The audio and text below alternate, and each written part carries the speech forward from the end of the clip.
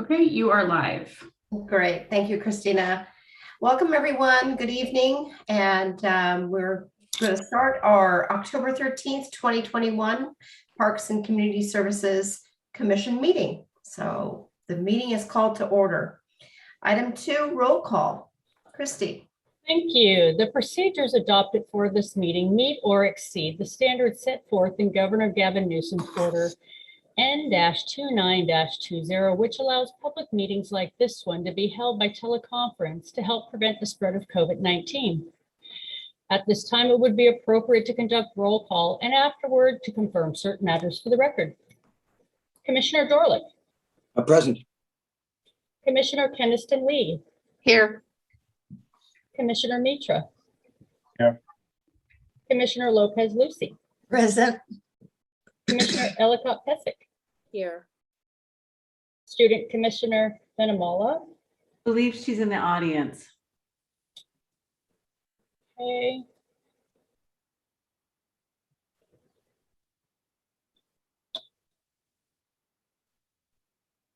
There she is. I see her. Okay, we'll mark her as.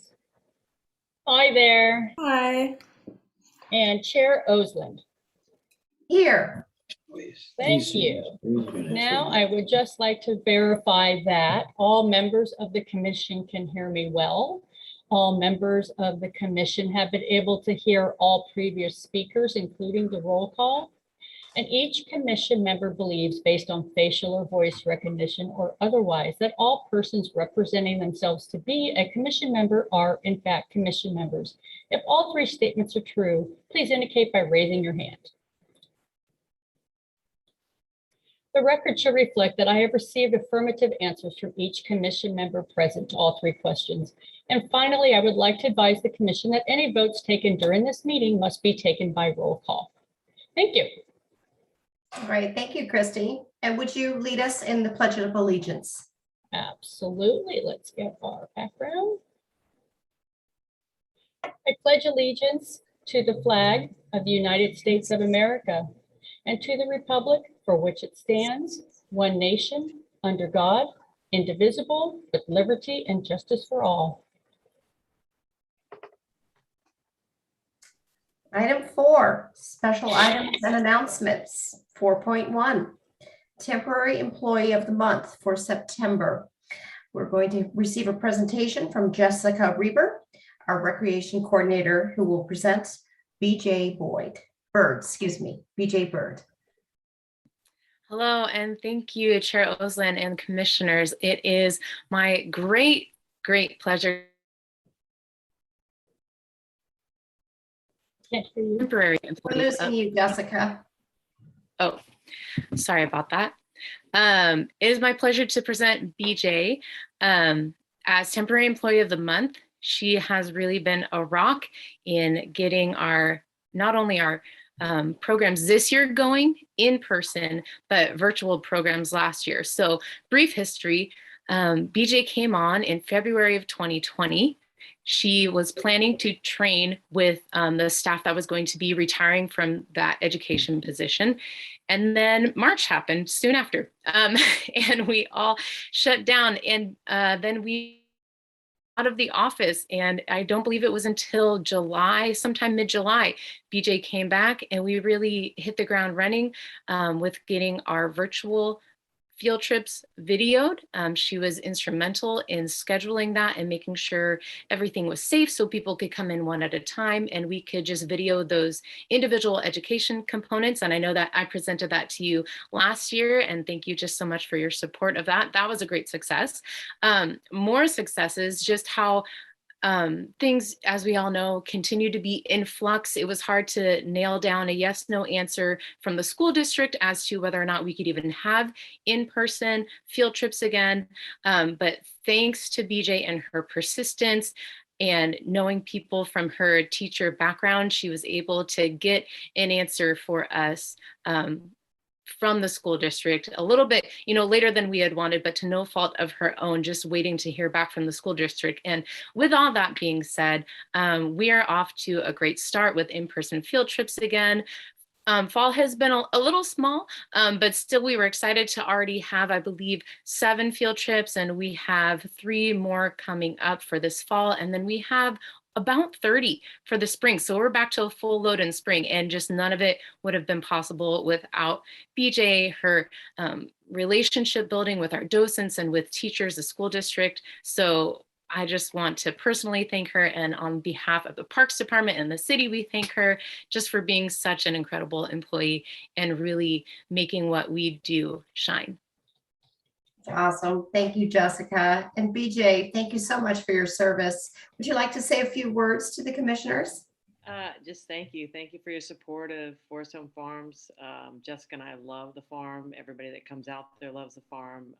The relationships I've been able to build with the docents and just community members coming out. We're building our volunteer program up to where I think it's going to be a rock solid thing. So just really excited about the events coming up, and hopefully you guys will stop by and see us. Awesome. Great. And I also want to thank you for your taking initiative and for your leadership. Definitely you went the extra mile and had a personal touch, which goes a long way. It's about relationships and building trust with others. So thank you so much. And I'd also like to invite Commissioner Keniston Lee to share a few words as well. Yeah, I wanted to first say, Jessica, I love that intro. I love the sincerity and the investment that you have in this subject matter. And you know, and in BJ, I think that's amazing. I really felt that sincerity, and that's awesome. And I just, I love BJ that you bring your skill set and your passion to this position. And I love that. I love the persistence thing. Like that was a common theme through what Jessica said, because when you're in tough times, sometimes persistence is what pays off. And we need that kind of team member in our city. And I love that. And also this very much speaks to the relationship building that we like to demonstrate as a city, and the fact that we are forging partnerships because we realize we can't operate in a vacuum, and we are part of a greater community. And so I love that you did that, BJ. So thank you for that. I sense your sincerity and your passion, and we can tell that you are an asset to the city, and we love all of our teammates, and you're doing a great job. Thank you. Thank you. Yeah, it's a lot of fun to see who you can connect with. You know, we got the Rotary Club now coming in as volunteers. We've got more students coming in with the leadership and training program that Andrew has that's coming on. Like, it's just going to, yeah, I feel like we're going to round out 2021 with a bang, and which will give us momentum flowing into 2022. Great, great. I'd also like to invite Commissioner Mitra. I just want to thank you for your commitment and our city. We always need leaders like you, person like you.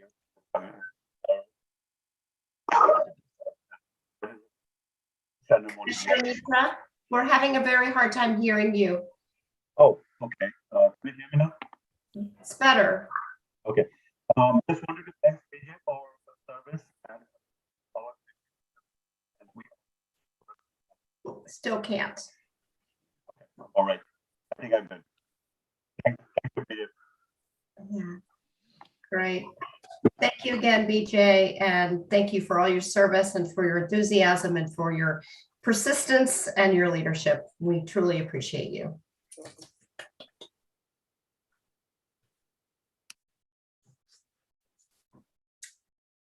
Item 4.2, special announcements. Do we have any special announcements, Kathy? We do actually have quite a few announcements today, so please bear with me because there's just a lot to tell you. So as BJ mentioned, the teen leadership and service class, you might notice if you look at the attendees you click on that one box and you can see it, we've got 18 people in attendance today. And I think a large number of them are members of our teen leadership and service class. They're here this evening to observe government in action. Right now they're attending weekly classes to learn about leadership, how government works. They've received a presentation from the city manager and I think the mayor, and they'll be volunteering at community events, doing community service projects. And one of their tasks is to attend a city meeting. And so they're here today to see how this all works. So wanted to make sure you knew that. I wanted to give a shout out and some kudos to Commissioner Lopez Lucy and the Historic Foundation for an absolutely outstanding Oktoberfest with huge crowds. I know you might mention it later, Commissioner Lopez, but people are reporting close to 1,000 people came out to the Oktoberfest, which is really that original vision that the Historic Foundation had and really achieved it. So definite kudos there. And also have to give kudos to Commissioner Mitra, who's a part of Agamoni, who put on Durga Puja this last weekend. They had a shift to the meadow, which was amazing because it made them really visible. And although this is their third year, lots of people had that moment where they're like, this is brand new, where did this come from? So really great crowds despite it being a little chilly. So really happy about both those big community events that were, again, like you said, Commissioner Keniston Lee, our partners. It's all about partnerships. I also wanted to remind everyone that our Scarecrow Scavenger Hunt's kicking off on October 22nd. Thank you to our 3 judges, Commissioner Keniston Lee, Lopez Lucy, and Mitra. We're really excited about it. We have staff working on it. Of course, we invented this program last year during the pandemic because we couldn't gather indoors and people just loved it. So we're doing it again, and they've got some extra special surprises in store. So really want to make sure we get the word out and the community comes and enjoys it. Also, Commissioner Keniston Lee has volunteered to create a Parks Commission scarecrow. Now, since you guys are the judges, it won't be judged, but that it will still be enjoyed by everyone who attends. So if any of you would be interested in helping out Commissioner Keniston Lee with that scarecrow, you can always let Chrissy and I know and we can get you connected up. So I'm kind of excited about that as well. I think you all know, and sadly, Commissioner Roberts did resign from the commission due to some work commitments that would have not made it possible for him to continue to attend the meetings regularly. He was a really great commissioner. We loved having him as a part of our team, and he will definitely be missed. But the City Council will be accepting applications to fill the vacancy. So if you know of other people that would like to get involved being a Parks Commissioner, send them to the city website. And now I also wanted to mention, I'm not sure if you all know this, but from time to time, we put together special project teams to give our staff the opportunity to work on projects that they might not normally get to work on, to do some cross-functional work. So it's a way of giving them some opportunities and also getting us to do some extra work on topics that are important. So right now we have 4 teams operating. We have the parade people, they're working on the parade idea. We have an esports tournament team looking at that. We have a sport field sponsorship squad. And finally, the one I really want to mention tonight is the Canine crew. So I wanted specifically to mention the Canine crew, as the master plan pointed out that our dog parks do need a little improvement to make them more hospitable for both dogs and people. And we've also been hearing from the community that the surface of the dog parks is an issue, and that the community would really like us to investigate that further. So the team's going to be looking at the dog issue as a whole. So they're going to look at our existing parks specifically to identify what could be done and at what cost to improve them. They'll look at the number and location, determine if we need more. They're going to survey both dog owners and non-dog owners to identify dog-related issues, since we've also gotten some comments from people that there are a lot of dogs off leash and that we might have some people that don't clean up after their pets, and what could we do about that? And once they've got the totality of the information, they'll be coming with some recommendations and presenting their findings at a future commission meeting. So just wanted to let you know that was all coming. I know we've got community members that are very interested in that topic, so I wanted to make sure that everyone knew that it was being addressed. And finally, I know there's a lot of announcements. We have some upcoming event dates that I want to make sure you're aware of. We have an open space hike on October 16th. We've got, of course, our Culture in the Community event. We're so excited about that on Sunday the 17th. And also, if you haven't yet, please make sure you email Christy if you do plan to attend so that we can reserve parking spaces for you. Also on the 17th, we have our Symphonic Band Fall Concert. They're going to be back at the DevPAC. Really excited to finally get our theaters operating again. Coming up in November, we've got our Senior Foundation Holiday Boutique on November 6th here at the San Ramon Community Center. So you need to put that on your calendar. And then also on November 6th, finally, after being rescheduled a couple times here, Jake Shimabukuro, our presenting series, will be at DevPAC. That show's almost sold out. I think there are precisely 15 seats left. So if you were on the edge of thinking about going, act now. And that's it. Wow, Kathy. I would say October and early November are never a dull moment in San Ramon. I want to welcome all the teen leadership group that is listening in on our meeting tonight. And thank you, Commissioner Kennison Lee, for putting a scarecrow together for our group here. That is really awesome.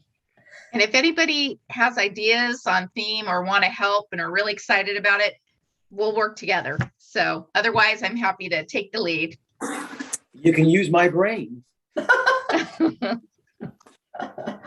Love it, love it, love it. Yeah, so many wonderful things. It's been a very busy last couple of weeks. So thank you for all those announcements and more fun to follow coming up ahead.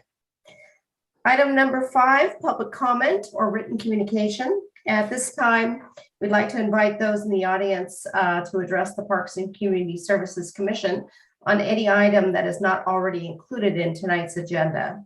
Members of the public who are participating via Zoom will have the opportunity to make comments to the commissioners live through Zoom, and these comments should not exceed 3 minutes.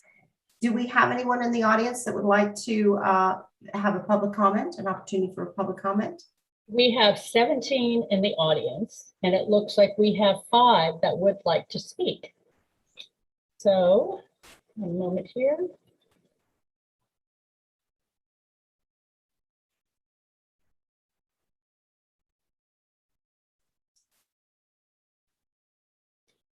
First, we're going to allow to speak is Renka Nair.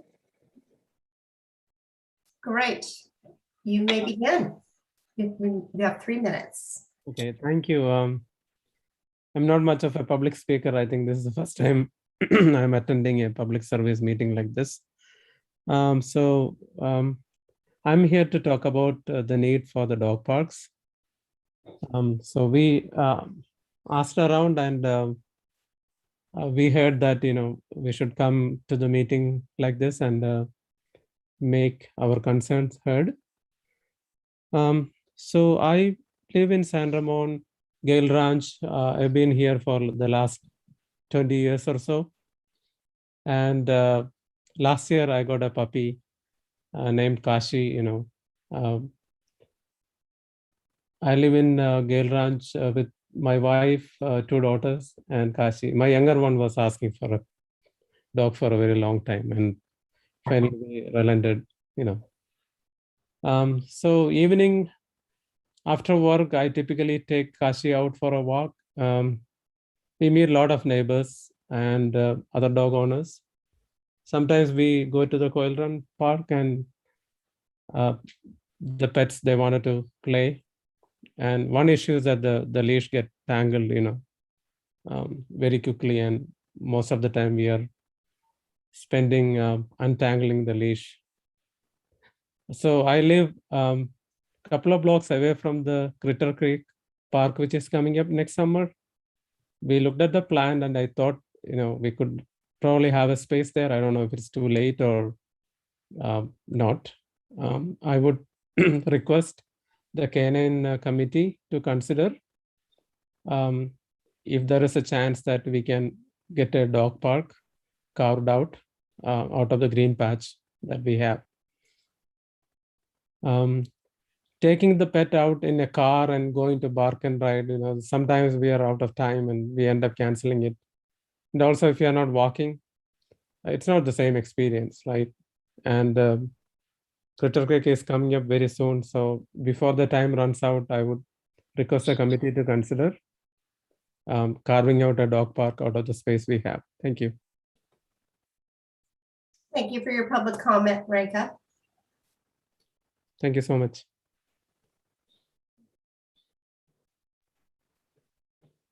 Next will be probably going to mispronounce this name, but Alondra Bisht. Hello, can you hear me? Yes. Yeah, so thank you, Park Commissioners, for giving me this opportunity to speak. I'm here also, like the previous speaker today, to request an amendment to the design of the new and upcoming Critter Crossing Park on South Monarch and Main Branch. And the request is specifically to create a fenced-off area for dogs, which would allow them to play off-leash. My name is Bhalendra Bisht. My family and I, we are the proud residents of this beautiful city of Sandramon. And we have been living here in the Mosaic Gale Ranch area since 2008. Now, as we all know, the ongoing pandemic has proven to be challenging for everyone. We all have had to adjust the way we go about our daily lives, trying to stay safe and help prevent the spread of the virus. So in times like these, many families, including ours, have opted to bring new pets into our lives, puppies and dogs being the most common addition. And these furry pets, they have been a welcome addition. They give us so much unconditional love and joy.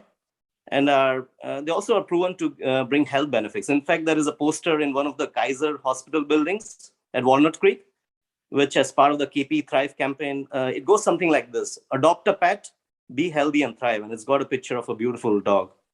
But I'm not here to tell you about the benefits of having a pet in our lives. I think it is all well documented. I'm here to advocate on behalf of these pets the need for a fenced dog park that allows pets to run and play off leash. Like I said, we also have a small Maltipoo dog, and I walk him around our neighborhood a lot, and thereby get the opportunity to interact and meet many other dog owners. That's actually one of the perks of having a pet, the ability to socialize and meet your fellow neighbors and community members.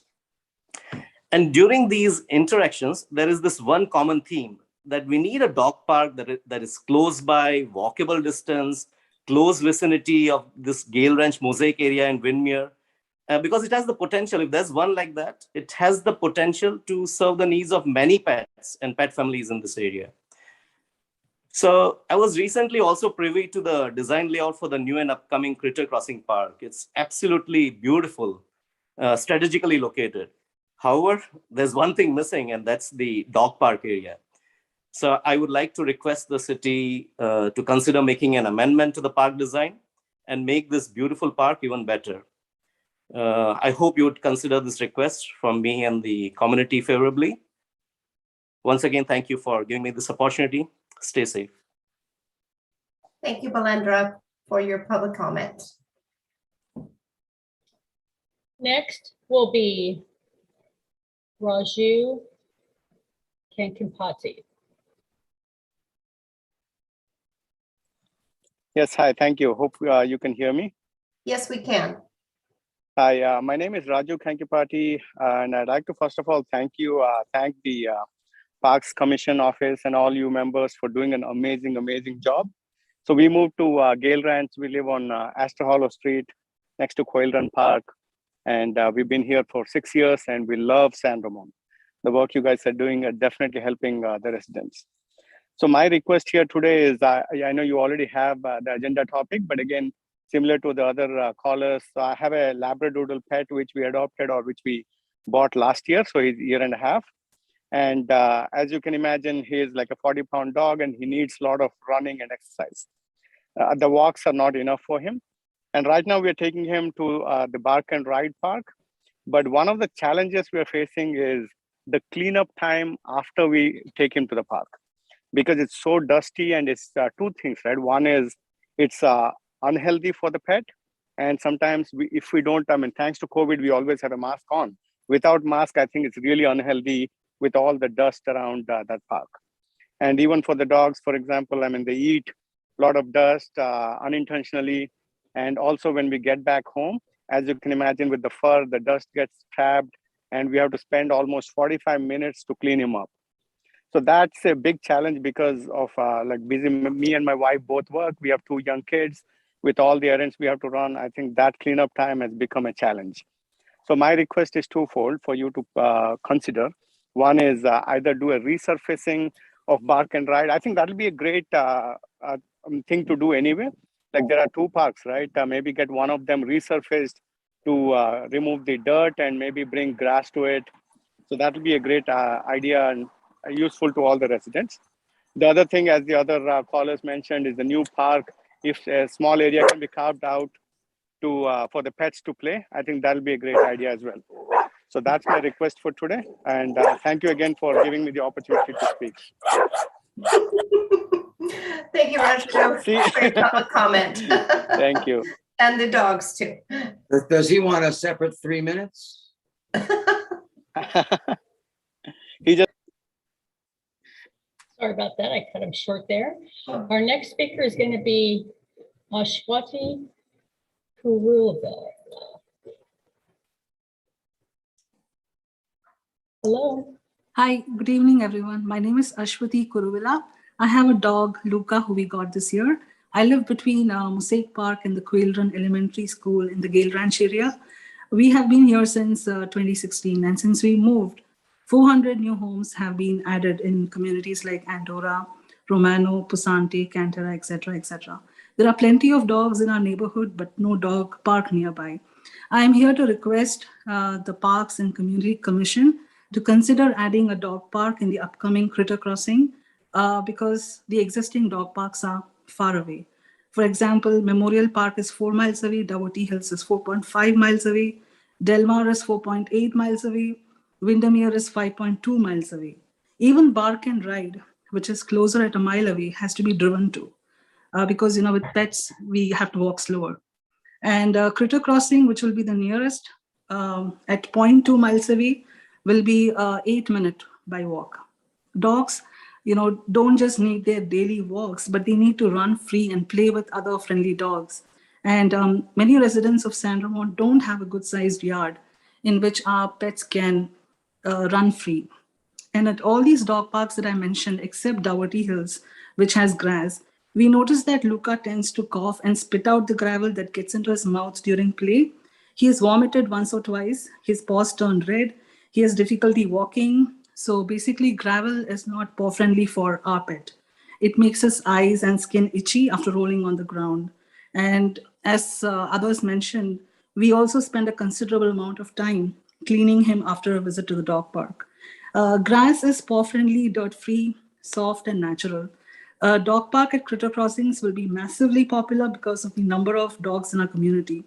The pandemic taught us the importance of open spaces where we can still meet our friends safely. The new dog park will greatly improve our quality of life. It will be a space for dog lovers to get together and hang out while our pets socialize.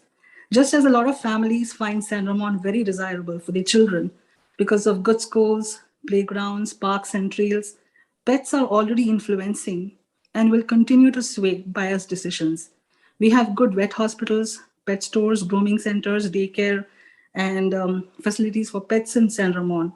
People love their pets and would be willing to move to better accommodate their pets. Pet parents and homeowners are not just looking at rentals, homes, or condos, but at cities, communities, and neighborhoods that are dog friendly. Thank you for lending me your ears and for your valuable time. Thank you for your public comment, Ashwati.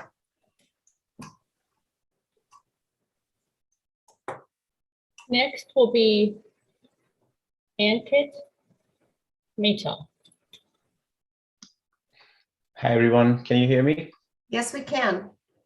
Awesome. Let me start off by thanking the members of the Park Commissioner, Parks and Park Commissioners of the Park Community Services. The two reasons I'm participating today and making a public comment is my request for resurfacing the Bark and Ride Park, that is on the one side of the Gale Ranch community, and also to carve out a section for dogs to play off leash and socialize in the Critter Park area, which is actually on the other side of the Gale Ranch community. My name is Ankit Mehta. In my family, I have my wife Kanika, a 5-year-old son Kiyash, and we recently welcomed a puppy into our family as well, and he's a 5-month-old Labradoodle. His name is Baloo.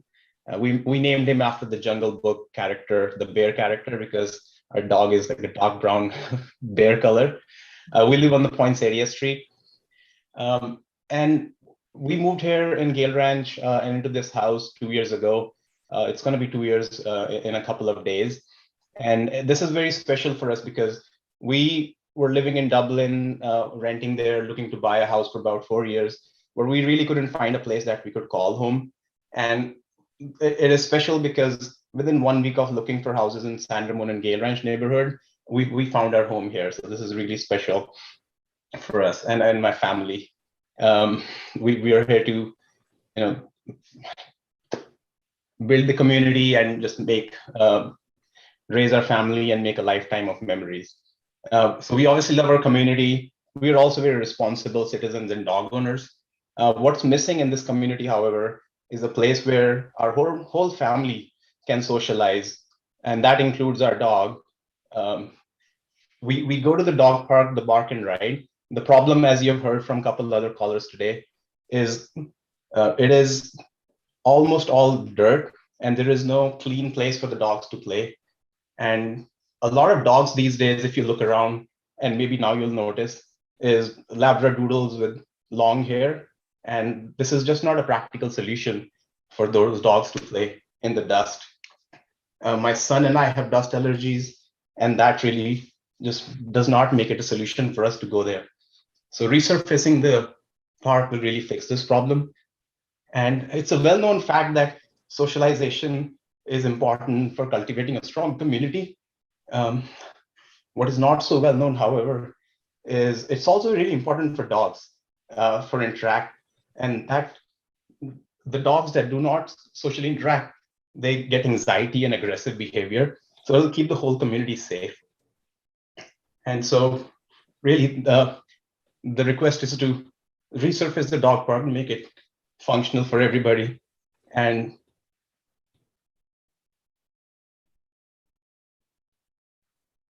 oh no. Thank you, Ankit, for your public comment. Next will be Aparna. Hi, everyone. My name is Aparna Bharadwaj, and I'm a San Ramon resident for last 19 years. And I'm a proud dog mom for last 5 years to a very beautiful Labrador retriever.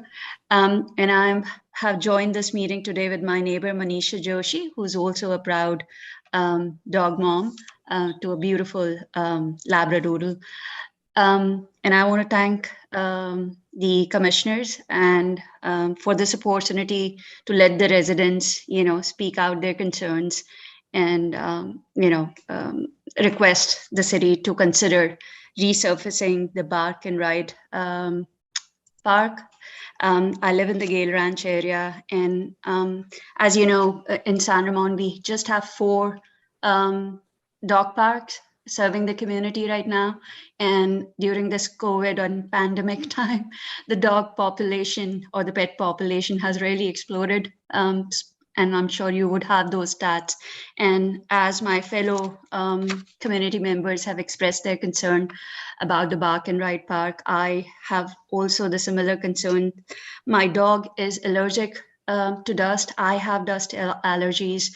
And with so many dogs coming to the Bark and Ride Park now, when all these dogs play in that sand, right, it almost brings a sandstorm over there, and it's just unbearable to stand there and let your dog roll in the sand, and then they come back with a lot of stomach issues, eye allergies, right? And my dog loves to roll in the grass, but he's unable to do that in the sand. So when they come back, cleaning them up becomes again an issue. And I've not been able to take him to the dog park, mainly because of that, because it's impossible to just stand there for myself as well, for my health. And then I take him out for walks, which is sometimes is not doable considering my busy schedule and being a bit mom. I have other responsibilities too. So I just want to request the commission here to please consider resurfacing the Bark and Ride Park, and so that it is usable by the community and the pets. Thank you so much. Thank you for your public comment, Aparna. So our last speaker will be Abhay.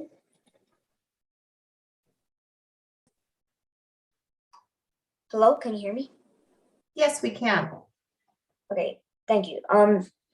Hello, my name is Abhay. I'm a sixth grader at GRMS.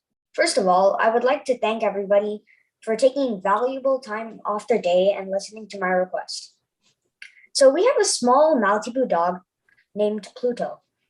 It took a lot of time and effort to convince my parents to get him. But when we did, my family and I were overjoyed. I love taking him out for walks and playing with him. I also love letting him play with other dogs. When he does, there is a big smile on his face. However, we do not have a safe place that is close by and walkable in a Mosaic and Gale Ranch area. Somewhere I can go without a car. When I saw the work happening in the Critter Crossing Park, which is close to my home, I was hoping it would have a fenced play area for dogs to play.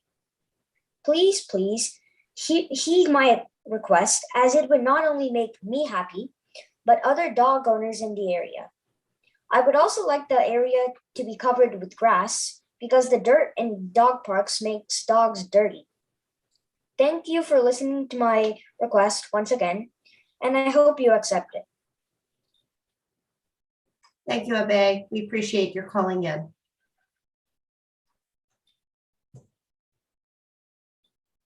All right, and that is our last speaker.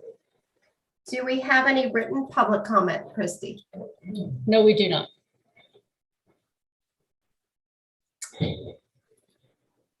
We'll close public comments and move on to item 6, approval of the minutes. We had 2 meetings in September.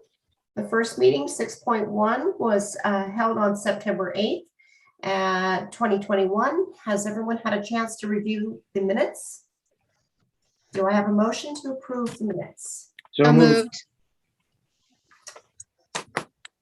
I will say the motion was made by Commissioner Keniston Lee. Do I have a second? I'll second it. I second that. Okay, there you go. Okay, we'll have a second by Commissioner Dorlick. Okay, let's take roll call on that. Commissioner Dorlick. Yes. Commissioner Keniston Lee. Aye. Commissioner Mitra. Aye. Commissioner Lopez Lucy. You're muted. I abstain. I was not present. Commissioner Ellicott Pesic. Aye. Chair Oslin. Aye. Thank you. Item 6.2, our second meeting in September was held on September 22nd, 2021. Have you had a chance to review the minutes? I know there were some updates and we received an update via email. Did everyone have a chance to review the updated minutes? Do I have a motion to accept? So moved. I second. Who seconded it, Carol? Was that you? Yes. Yeah. Moved by, first by Commissioner Dorlick and second by Commissioner Lopez Lucy. Thank you. Commissioner Dorlick. Yes. Commissioner Keniston Lee. Aye. Commissioner Mitra. Aye. Commissioner Lopez Lucy. Aye. Commissioner Ellicott Pesic. Aye. Chair Oslin. Aye. Thank you. Moving on to item 7 point, consent calendar. Do we have any items for the consent calendar? No, we do not. Moving on to 8 point, commission business. 8.1, summer camp 2021 review. We're going to receive a presentation from Andrew Mendez, recreation coordinator. Hi, Andrew. Hi, good evening. Thank you so much for hearing my report this evening. Summer camp review. Christy, do we have? All right, thank you.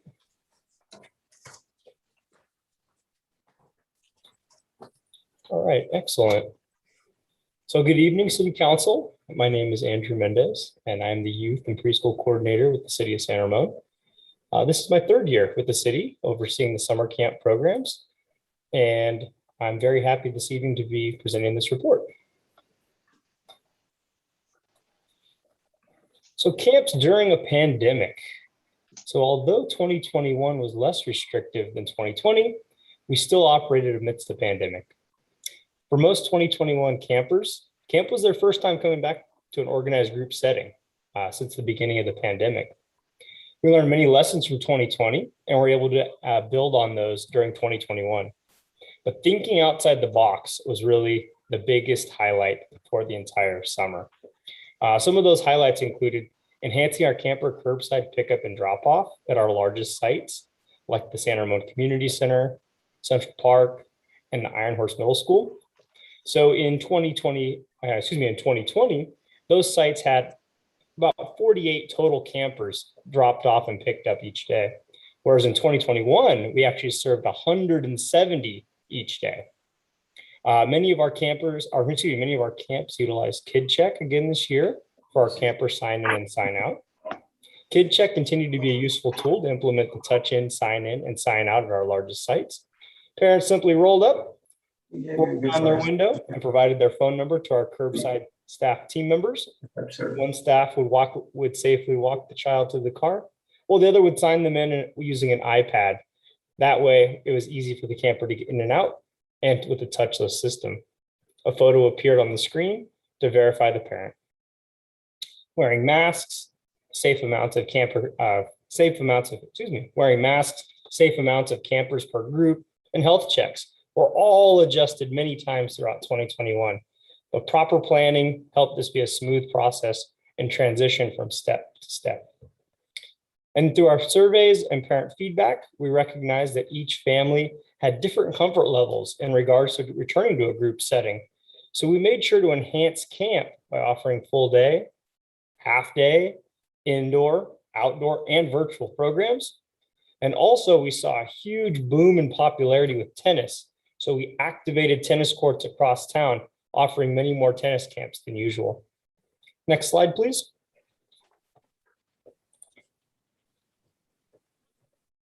So each spring, the department hosts a summer kickoff event to promote summer camps.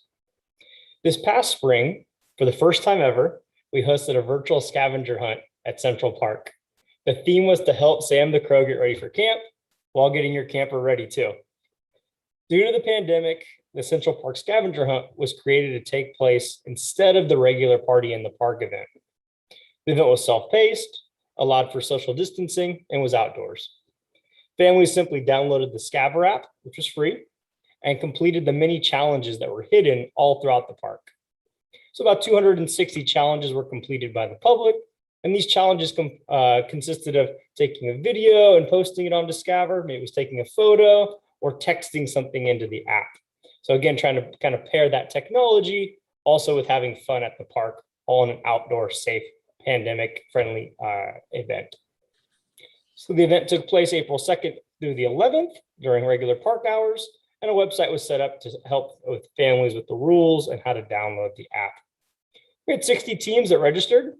These were typically 60 families, and they all, if they completed the challenges, they won a free camp swag bag. It included things with our logo on it, a lot of fun different things that we've had throughout the summer that we've given away at camp. Next slide, please. So our summer camp overview. So the department offers a wide array of camps for various ages throughout the 9 weeks of summer. These diverse offerings are in the areas of preschool, youth enrichment, visual and performing arts, sports and fitness, teen center and teen enrichment, and aquatics. So during summer 2021, we were proud to offer 318 camps. A little over 4,000 registrations were received. And of those, 1,979 were unique campers, meaning that they maybe signed up for more than one program. Next slide, please. So preschool camps. Before I start, I absolutely love this photo in the bottom corner. It shows the kiddos on their 5 census tour over at the Forest Home Farms, and they're under those really large pine trees. And you can just see like all the curiosity and the discovery going on as they're looking up into the tree, and they're collecting all the nature in their pails. And then you just have some kiddos that are still staring off the sheep and the horses that are off in the distance. It just really shows how great of a environment it is over there at Forest Home Farms for our camps. But anyways, back to the preschool slide. 63 campers were able to enroll for camps. One of the things that limited our enrollment was we had a very strict maximum of 14 campers that we would allow per camp. This maximum was higher in previous pre-pandemic years. Most preschool instructors even opted to go lower than that and teach their camps at 10 or less, just to add an additional layer of precaution. We have two different types of camps that we offer for preschool. We offer both a science and exploration or a farm/enrichment. We had 27 enrollments for our science camps, which included junior engineering with Legos, junior scientists, animal explorers with STEAM, Kinderbot robotics. And over at the farm, we offer our farm camp. And that's a lot of enrichment that include things like the 5 Senses tour, tours of the garden, getting to see the animals, and of course, things like singing and social development for that age group. Next slide, please. So the Camp Central program is our flagship summer camp program that provides a variety of performing arts, visual arts, enrichment, and sports camps offered each week.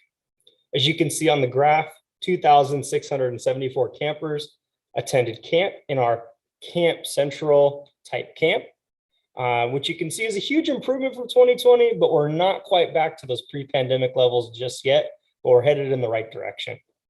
So what is Camp Central? Camp Central is it's all of our camps offered at primarily either at Central Park, Iron Horse Gym, San Ramon Community Center, and sometimes even over at the Doherty Station Community Center. And the theme for this is traditionally each week, parents can enroll for multiple camps and even an extended care in the morning or afternoon.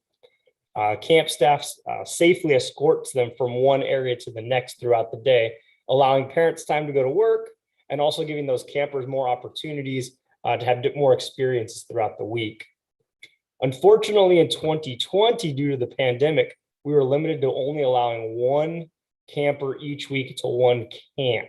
So we were only allowed again to have them focus on one group and having a very stable group. Luckily for summer 2021, we were able to allow the campers to attend multiple camps throughout the week. However, it's very important to point out that enrollment was still hindered by group size maximums. For example, pre-pandemic, a camp may have had a maximum of 25 to 30 campers, but due to the group size restrictions, many camps are forced to have anywhere between 14 to 20 campers per camp, depending on the camp and the particular location. Also in 2021, no extended care services were allowed due to the large amount of campers that would potentially have to be mixing each day. Our goal for 2022, though, is to start getting back towards those pre-pandemic levels. Next slide, please. Our enrichment camps. So this summer, we had to get creative on how we were going to offer camps. So as I mentioned before, the maximum capacities were an obstacle. But what were we going to do? How are we going to make lemonade out of these lemons? We wanted to get creative. So we began programming our traditional indoor camps in outdoor spaces, making sure that they still had shade, electricity, and access to the restroom. So during the creation of our 2021 camps, during putting that schedule together, we really strived to create a schedule that had camps for all family comfort levels. So whether you wanted your child to be indoors, outdoors, online, half day, full day, we had an option for you.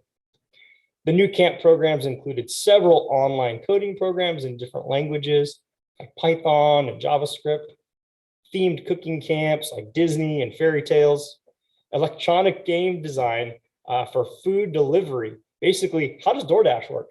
That was a really popular one. Out of this world science camp and newly themed public speaking camps. Most popular, though, was definitely our cooking camps. Enrollment also remained very high in our science and engineering based camps. Next slide, please. So sports camps. So sports camps utilized a variety of sites throughout the city, such as the Iron Horse Gym, Pine Valley Gymnasium, Gale Ranch, and Central Park. As you can see, overall camps saw a 120% increase in registration this summer with 1,029 total registrations. The sports camps we offered included snag golf, lacrosse, badminton, track, volleyball, basketball, flag football, soccer, futsal, dodgeball, scooter, and skate and multi-sport. Of those, our multi-sports camp in-house is called Crazy for Sports. And that's one of our most popular programs here throughout the 9 weeks of summer. It goes Monday through Friday, 9 to noon, and campers enjoy an array of games from capture the flag to soccer. Every week has a highlighted day. It's our water day, consisting of a snack, water balloons, an alternative dunk tank, and emoji squirters. One of our most popular new camps also this summer was called Dude, It's the Perfect Nerf Camp. As you can imagine, that was a really fun one for kiddos. This was a new half-day in-house program offered for 2 weeks of the summer. Campers enjoyed all different sorts of Nerf game products, whether it was a whistling football for flag football or trying some their kind of hat trick shooting shots with soccer balls. We also did a lot of other different Nerf-based games, and the kids absolutely loved it. All right, next slide, please. Performing arts. So our performing arts camps, we offered 22 total for summer 2021. These include things like dance, music, theater, and the highlights. Bay Area Children's Theater was able to offer 4 camps, which utilized unique original scripts written by professional playwrights. And one of the great things about this summer, again, kind of making lemonade out of those lemons, usually we have anywhere between 50 and 60 campers in these camps. Very, very popular, big wait lists. Unfortunately, we were only able to bring in 14 per camp. So what this did, though, was give the participants the opportunity to get more individualized attention. And a lot of them got really great roles where they got more lines. They got to really participate and really take the lead in a lot of these productions where they may have not gotten to do that in the past. We were able to utilize facilities like Doherty Valley Performing Arts Center and also here at the San Ramon Community Center. We offered 2 brand new Hamilton the musical productions, which were also very popular. And we also want to give a shout out to Miss Christie, our dance instructor. She has been here for almost 30 years and has taught 7 different dance camps this summer. Good job, Miss Christie. Also, due to COVID, some camps were unable to invite parents to see those end of the year performances. So what we did was we actually filmed them and then sent those performances out to parents. Towards the end of the summer, it got a little less restrictive, but we wanted to make sure parents got to see those end of the session performances. Next slide, please. All right, our visual arts camps. So 17 visual arts camps were offered and ran in 2021. These are things like clay, anime, comic book creations, TV video productions, and drawing and painting. The highlights for this, camps were offered in many different mediums, so there was something for everyone. The campers got to take something home with them at the end, which was really great, and the parents got to see that actual product that came home with the camper. And we also welcomed in a new contractor called Village Center for the Arts, and they did a great job kind of through all these different mediums that they offered. Okay, one of my favorites, our Leaders in Training program. So the Leaders in Training, also called LIT, provides 13 to 16-year-olds a spring 6-week training on how to become a recreation leader. And then that's followed up with volunteering throughout the summer here at camp. However, there was a pretty big challenge that we faced with the teens being able to come back on board with us. A lot of them were very shy, very hesitant. So we had to get over that obstacle. And then, of course, the obstacle of the maximums that we were allowed. So typically in the past, we've had upwards of 40 leaders in training, which is great. It's awesome to have all those volunteers. But this spring and summer, we only had 19 total. So again, we made it work the best that we could, but we're really looking forward in 2022 to getting back to those 40 plus levels. One of the things that also kind of stemmed from this leaders in training that we learned is the popularity of the program. Teens are really looking for something to do during summer that bridges that gap from participant to actually becoming a staff member. So this is a great way to keep recruitment going for our staff, making sure that we have people in the community that really want to do something like this and giving them those opportunities. So based off the popularity of the LIT program, we're proud to announce we've created a new program called Teen Service and Leadership, which is currently taking place right now. The program has 20 teens who attend a classroom session each Thursday and then learn about both city government and leadership skills.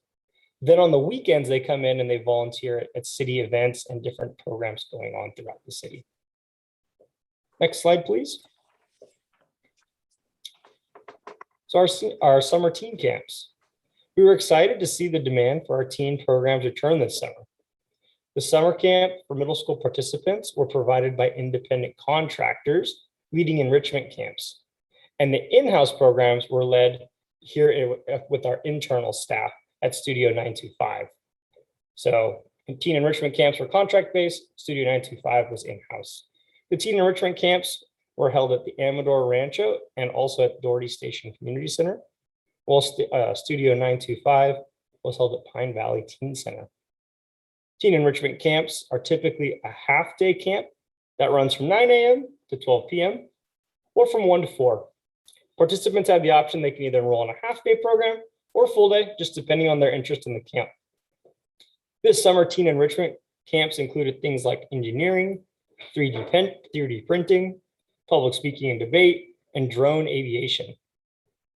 Studio 925, the in-house program, runs all day.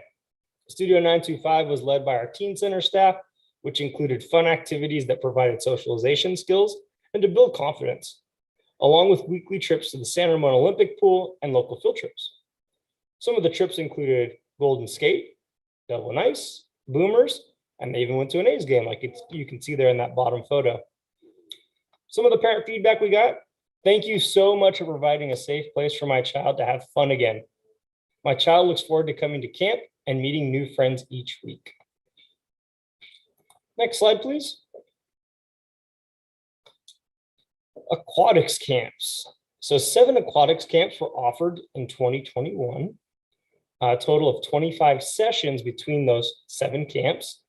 Things like artistic swimming, SEAL Team Scuba Camp, springboard diving, and tennis aquatic combos were all contract-based.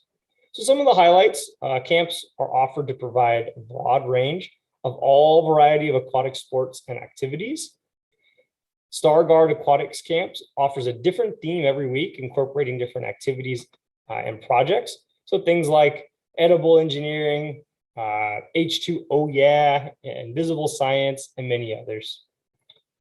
Next slide, please. So learn to swim. So swim lessons are offered by the city's contractor, Elite Swim. Elite Swim is in its 3rd year. No swim lessons were offered in 2020 due to the pandemic. However, we were able to bring those back in 2021. Modified safety precautions were put in place. More pool spaces allocated out for each class to allow for some social distancing. We started the summer with lower ratios, but then started to increase them as the health order allowed. Instructors also wore a face shield, like you can see there in that center photo, and that helped also with some of the restrictions. We continued to also see high customer satisfaction, with 85% of respondents rating the program as either good or excellent. And new class in 2021 was called Splash and Play Water Discovery. This would probably be really good for my older child who was really afraid of water. It was offered by the city of San Ramon in-house staff, and it was designed for children who are fearful or uncomfortable in the water. The opportunity to become comfortable in the water through this positive process, so playing games, singing songs, having fun, really helps them then when they want to sign up for a swim lesson later on. All right, next slide, please. So recreation and lap swim. Recreation swim returned for spring 21 with a reservation only. So spring 21, if you made a reservation, you could come back in for rec swim. This was until COVID-19 restrictions were eased.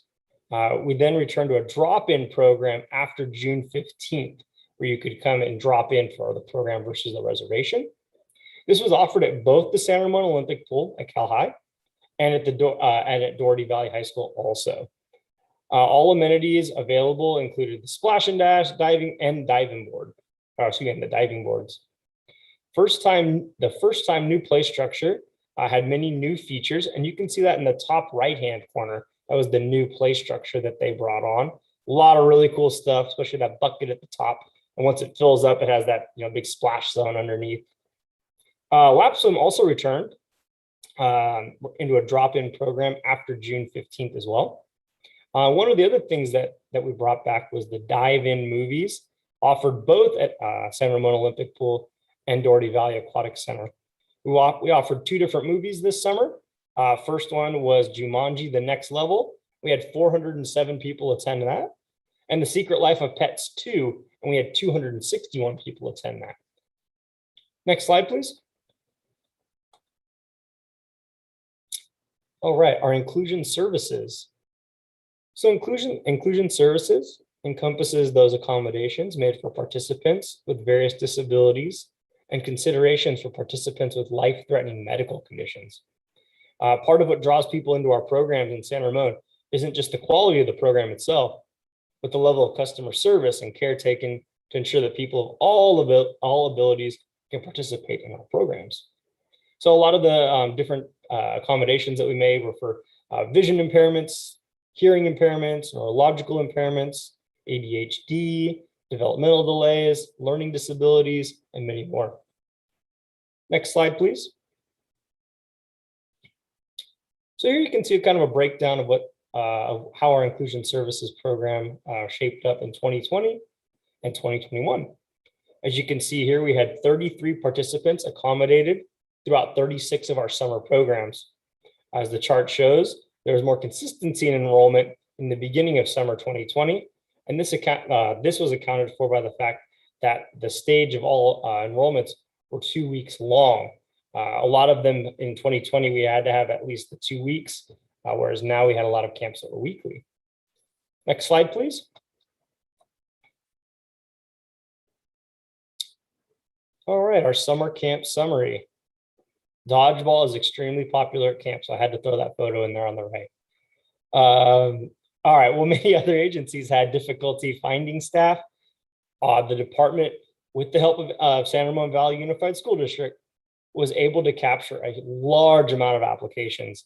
And I think it's just about everywhere now, not just recreation, but people are having a hard time hiring. So although school was occurring virtually at the time, staff coordinated virtual presentations with both Cal High and Doherty Valley. These provided fruitful, and we were able to plan and explore, and we plan to explore this resource again as we go into the hiring for this upcoming summer. We were also very fortunate to have a strong returning presence of staff in 2021. I'm very proud to announce that we had 46 applicants apply for summer camp in 2021. And we also had 59 lifeguards apply in 2021 also. We really hope to match those application numbers again. Next slide, please. All right, so looking ahead to 2022, so these are some of our main things that we really hope to accomplish and some of the goals that we're setting for ourselves. To return to a more pre-pandemic camp and aquatics model by increasing the maximum capacities in camps and allowing more opportunities for campers to come to camp. Enhance the preschool camp offerings by shifting a focus to more camps hosted over at Forest Home Farms. We got a lot of great feedback from preschool families that they really liked that venue. And build on our learned experiences from camp during a pandemic. We may have learned many things that we would have never tried before. So kind of sifting through that, finding out what worked really well and continuing those successes as we move forward. Next slide, please. Any questions? Wow, thank you, Andrew. I want to be 10 again, and I want to go to camp in San Ramon. So much fun. Oh my gosh. Very, very, very impressive. I'd like to open this up to our commissioners. I will start with Commissioner Dorlick.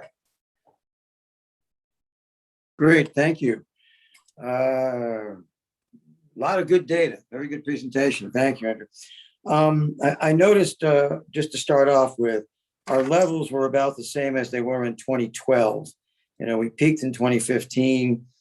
Do you know what the, kind of like the percentage based upon the total population in 2012 versus 2021 took advantage of the camp facilities and programs? So I think that'd be a great thing to dive into and look at. I don't have those numbers in front of me in correlation with the population. Yeah, okay. I think the biggest thing that really restricted us this year, we could have even possibly hit those 2019 numbers. The big thing was the not allowing us to have those same maximums though. So although we offered possibly the same amount of camps or almost the same amount of camps, the maxes that were put in place by the county mandates is really what held us back.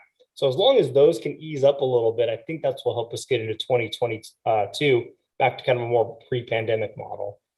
Yeah, I noticed that there were less camps and less programs in 2021. I mean, interesting to look at is, are the numbers kind of equivalent between the number of camps and participants? Because there were less opportunity, but there seemed to be a lot of participants. And it might have, statistically might have evened out and said, well, we had the same, percentage number of participants. It was just that we had less opportunity for people to be in, so, I mean, that might be interesting to look at too, because then we'd see if the participation was at the same level. There wasn't the opportunity. And the only one, the one that really stands out to me is the swim. So, we beat 2019 in the number of swim participants. So was that because there was a feeling of more control as far as the social distancing requirements because of the mandates? What did people feel more comfortable in their lane, so to speak, than in a camp where that might be harder to promote and to monitor? Was it the parents saying, hey, I know when you're in the swim and you're in the lane, it feels more safe? Or, was that something that, because that was the only program really where we had more participants and significantly more participants than 2019, and obviously a ton more than 2020. I think one of the things that I noticed as we went through the summer is there was no one single kind of message. Every parent had a little bit of a different comfort level. Sure. And whether that was with mask wearing, whether that was being indoors, whether it was being outdoors, it seemed that everybody's comfort level was different. Right. And that was, I think one thing would be great to find out is what's that new comfort level going to be like? Is there more of a kind of a group mentality now going into 2020 where, hey, we're looking for this particular, certain thing? Or is it going to be the same where it's a mixed bag? And that's why we offered so many different things at camp, for example, where there was inside, outside, things like that. So that's something we could possibly look at. We send a survey out, that could be something we might be able to capture in something like that. But were there other provisions made in the swim program that made parents feel more comfortable? Or were they the same guidelines in kind of land-based versus water-based programs? Because everything else was kind of, unless you look at the actual percentage between the lower number of programs and the lower number of students, it might actually even out. But here in the swimming, it's evident that people felt more comfortable. So were there other guidelines? Were there other programs that kind of allowed the parents to feel more comfortable? I think one of the biggest, so I don't have an exact answer for that. I think one of the big things though is being outdoors. That was one theme that I saw across the board. Tennis was huge. We had to add in lots and lots of additional tennis programs. That was one kind of variable that I think almost every parent could agree on, was being outdoors. They really enjoyed that. Our outdoor programs really skyrocketed and showed a lot of success. And I think that might be that variable right there, just being outdoors, being in the water, kind of like you mentioned, in your lane type of mentality. So that's something to look at. But I wonder if there's any other finer nuances there that we could take away. I'll take a look at that. Okay, all right. It's kind of the opposite of the parents. We want to be indoors now rather than outdoors. So it's like, Commissioner Dorlick, I did want to add, because I think it's important to note that at the aquatic centers, the chlorine effect of the water, there was no transmission that anybody was seeing happening in those locations. So I think that chlorine and being in the water made parents outside much more comfortable. That and the elite swim program kind of got on its feet. So there were outdoor chlorine and fitness, and those programs had kind of developed and built up, and we added a splash and play for the really young. So the combination of effects, the aquatics team really knocked it out of the park. Cool. Okay. Well, that might have been one of the considerations. My parents said, all right, I feel more comfortable in the water with, those kind of additions to it than, in some of the land-based stuff. So great. Thank you. Great. And thank you, Kathy, for that addition. And thank you, Andrew. That's amazing. I'd like to invite Commissioner Ellicott-Pesic. Thank you so much. I don't want to take too much of your time, but I do want to take a moment to acknowledge the tremendous work the staff put into putting on the camp program. Unfortunately, my kids did not participate this year, but they have, going all the way back to the beginning of living in San Ramon, probably about 15 years ago. And we've always enjoyed it. In fact, my daughter danced with Miss Christie, I think for 11 or 12 years before the pandemic. And then now she's moved on. But I think that providing these kinds of services to our kids and indirectly to our families is an absolute cornerstone of what we do and how we can make a real difference in our community. And with the pandemic in particular, giving the kids a chance to have any sense of normal life, being outside, being able to play. I know that this is your job and you guys take it in stride, but I don't think it should go unsaid as to how much work that must have taken, how much flexibility, how much creativity, how much determination that it took to make such an outstanding opportunity for the kids to have, again, normalcy. And I think that it has contributed significantly to the health, the mental health, the physical health of our kids, and by extension, family and community. So I just want to say thank you, and thank you. And also a pitch in for Miss Christie, who we love and can't ever thank her enough. She's the best. But thank you, Andrew. And thank you for your kind words. We definitely appreciate that. I think one of the big themes this summer was pivot. So as the next thing came up, it was pivot, and the next thing, whatever the next mandate was, pivot. And like you said, taking it all in stride. So thank you for your kind words. My pleasure. I do think that that's going to go down in history, that we will all reflect back on that time between 2019 and 2021, the word pivot being the word of the year or years. I'm not sure if I'm tired of it yet, but it still applies. Thank you. Commissioner Lopez-Lucy. Well, thank you. I mean, it was a great presentation, but I'm just overwhelmed of the work that you do and that you've done this summer, because the creations that you've come up with and the ideas out of the box. And I just think it was just fantastic when I was reading through this to think that we can do all that in a COVID-19, setting and everything. I was so glad to see the preschools, especially being very fond of Forest Home Farms, is to see that they went there for camps and all, because I think it gives them a great sense of things in nature that you can't see in some other places. On the enrichment camps, I wanted to know, what was the age of those children in that area? 5 to 11. 5 to 11, because I thought, the cooking was very, very popular there. And I think too, adults in this pandemic have turned to cooking also. So I that was quite good. So I kind of wanted to know for that. But of course, sports is always good. And I just thought that the performing arts camp, I just thought that was outstanding that you got so many participants in that. And in the visual art camps, I thought that was just super that we had that many students in this type of time. And the leaders in training was a really good area to enhance our people, young people that come and can be leaders and all. But I just thought the entire people or the staff that was involved in this had to speak, I mean, they really had to work hard. And I think we should be very, very proud of the people in the staff, that what they do in this area. And I just can't say enough how good I thought it was. Fantastic. So thank you so much for a good job. Thank you, Commissioner. Again, I really appreciate those kind words. Lot of hard work, well worth it. Commissioner Mitra. Can you hear me now?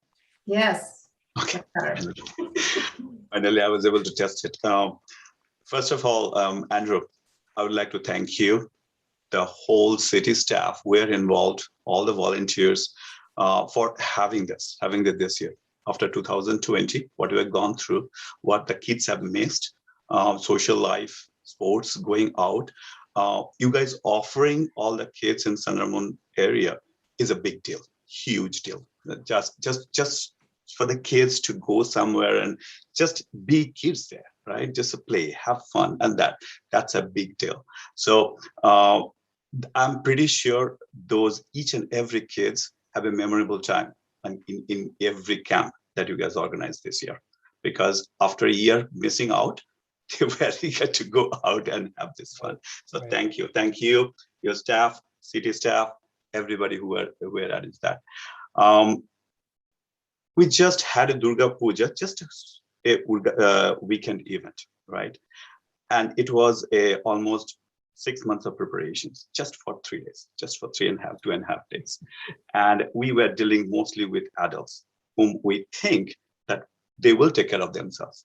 Now, you guys took care of 4,000 kids.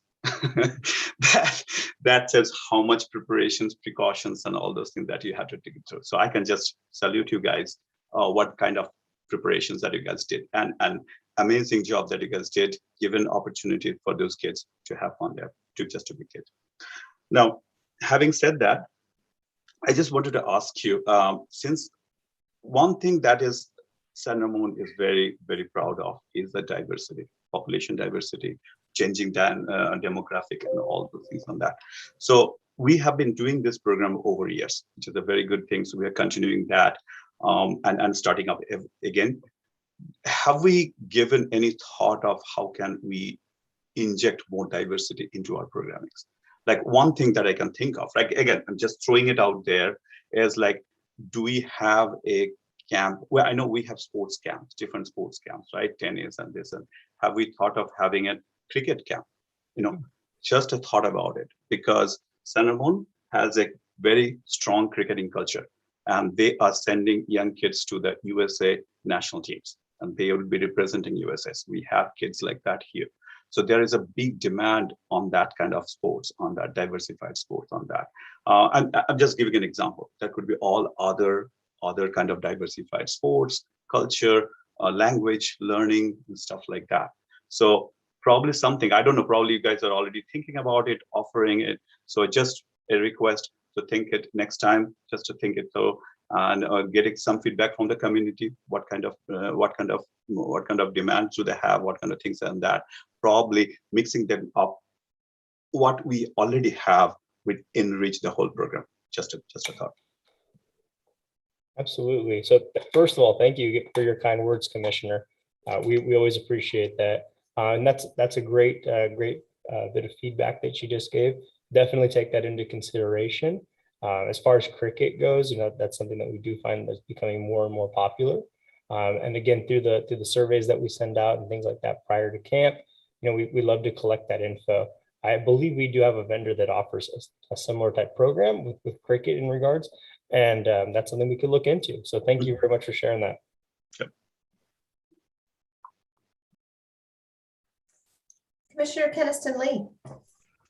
Okay, first of all, I want to say, Andrew, you know your programs. I'm the content and depth of your knowledge of your programs. I'm really impressed with that. I am so proud, and I know my fellow commissioners were so proud of the City of San Ramon Parks and Community Services response to COVID. That has been fantastic. And given all that we've gone through, I'm so impressed with our participation increases. I mean, the fact that we can lay claim to any increases is fantastic.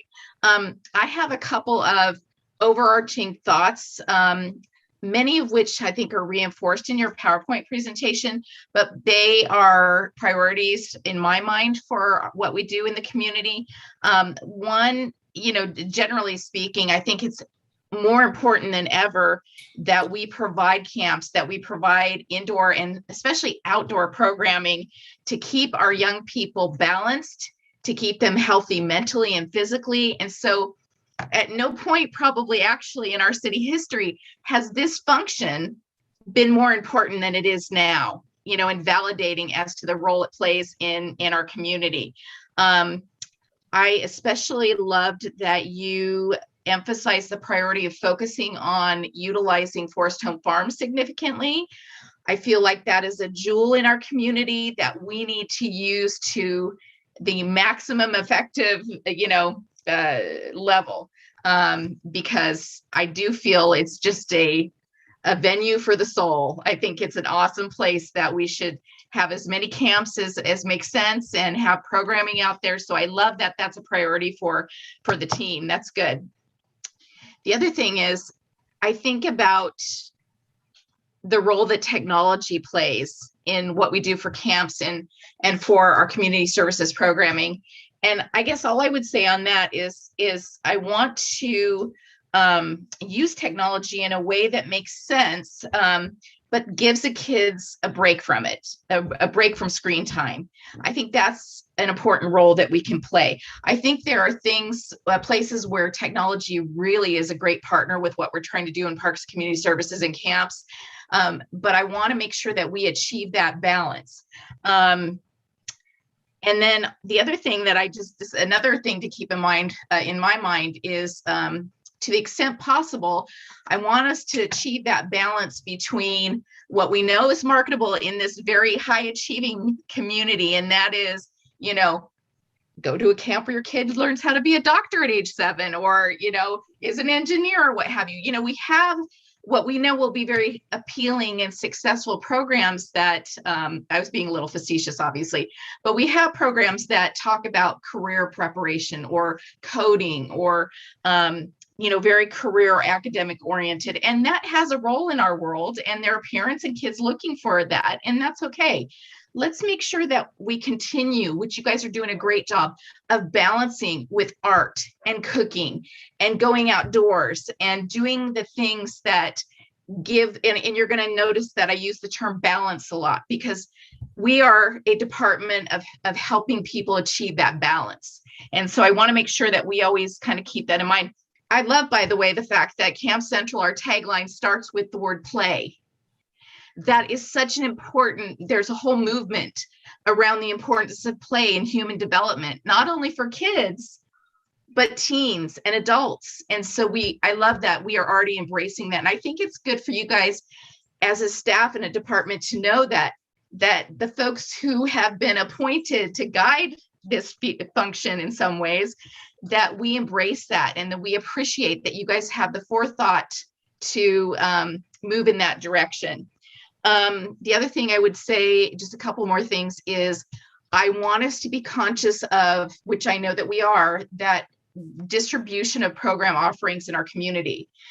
We have a unique opportunity by offering camps in the Doherty Valley and near Central Park area, for lack of a better reference, to unite our community by providing, well-distributed programs where they can be supported by the market. So I love that you guys look at that. I know that you are constantly evaluating what the market will bear, but I feel like that would be very helpful. And then finally, can't say enough about the inclusion services. I love that you guys are inclusive. That is amazing. So important for our community. I do wonder how many people still in our community know that that's something that exists and something they can take advantage of. But the fact that we do that, I think, speaks very highly to the role that we play in our community. So I love this. I think you guys are doing a great job. I'm excited for what the future holds for us. And I think it's awesome. Thank you. Thank you so much, Commissioner. I first of all, thank you for your kind words. I think the word balance it's so accurate. A lot of times finding that balance is really important. And especially right now in 2021, finding that balance was a moving target the whole time. So it's the planning that goes into that makes it that much easier to kind of find that balance. And we are so blessed here in San Ramon. I've worked with other cities before, and they don't have that opportunity for an inclusion support program like San Ramon does. So it is such an asset to us and really helps make sure that everyone's included in the programs. Well, and I think also to your point, I think it's good for kids who may not need inclusionary services that they see that we embrace diversity. Absolutely. And that it's okay to bring this other person who needs maybe a little extra support into the play group, into the experience. So I think there's not only the benefit to the child who's getting the services, but the kids that see that those services are good and okay. Does that make sense? Oh yeah, the indirect is huge. I totally agree. Yeah. Student Commissioner Guatemala. Hi, thank you. As many commissioners have already said, I just wanted to again thank you, Andrew, and thank your staff for doing a brilliant job this summer. I mean, I've seen some of my friends' siblings go to these camps and they've had a brilliant time. I remember myself going to these aquatic camps every summer growing up, and I loved it. I love going to recreational swim. I took art classes, even though I am terrible at art, and I still love it. I still remember my memories, and it's amazing to see and hear how much truly goes into it. It's very admirable. I did want to ask two things. One, I think this is to Commissioner Maitra's point about injecting diversity into these camps. I think one way or one avenue that could be done is Bollywood dance or any cultural dance. Maybe you've actually done that with your dance teams. I saw the 22 dance classes. Maybe that would be a great way to connect, honestly, all ages. And I did also want to ask about the public speaking and robotic camps, and how, I mean, these are kind of career-oriented, robotics coding, kind of just clump them together, career-oriented camps.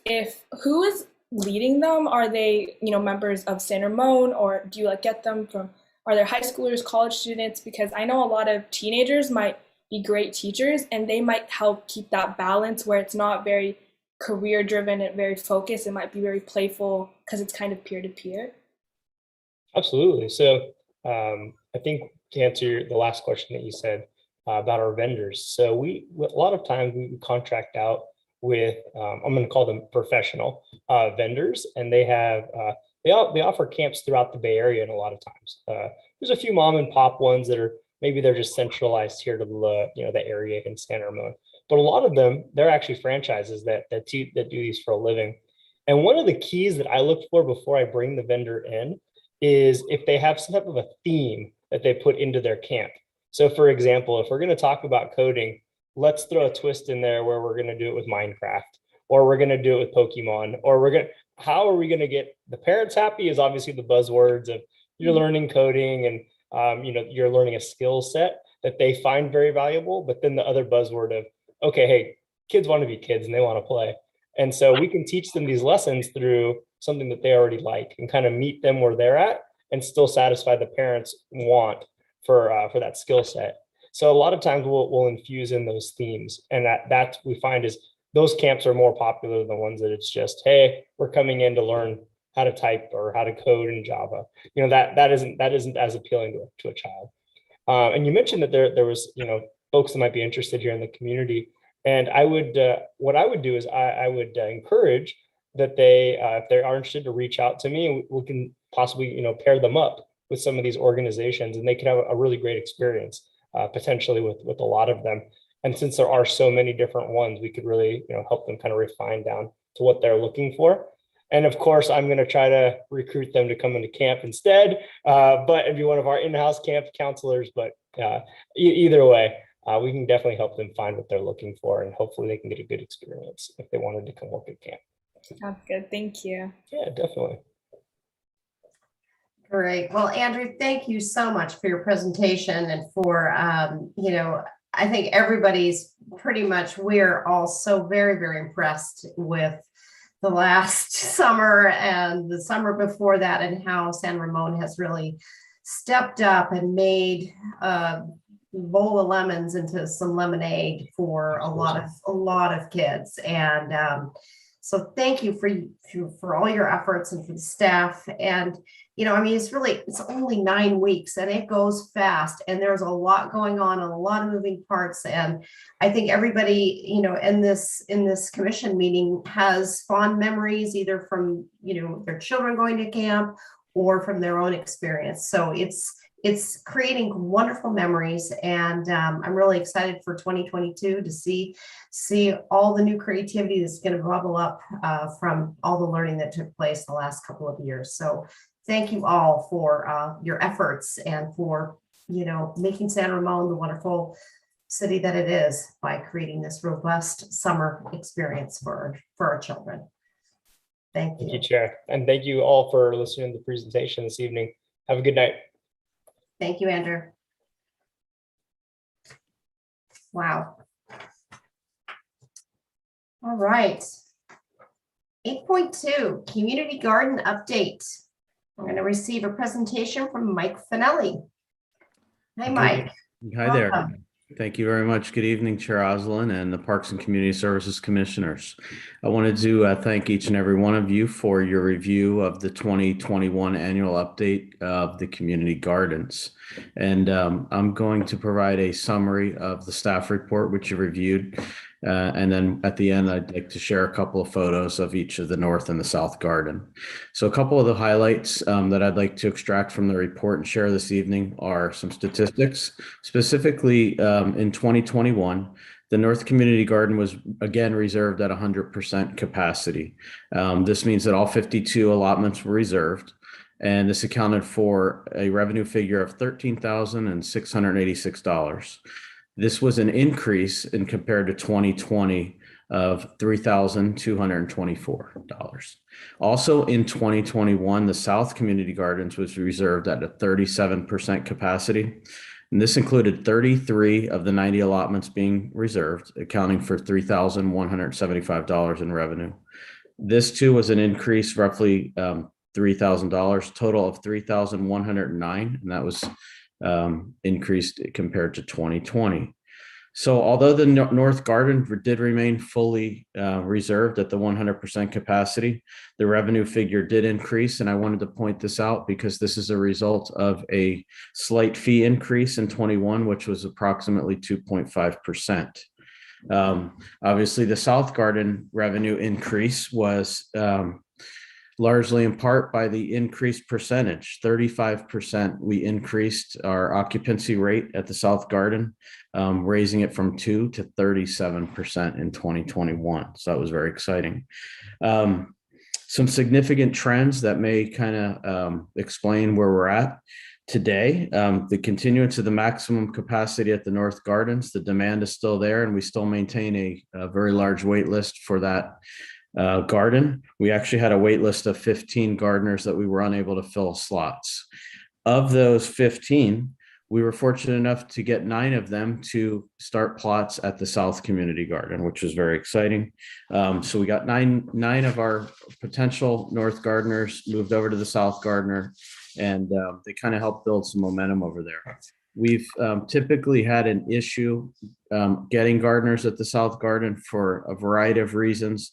One of them being a pervasive ground squirrel issue.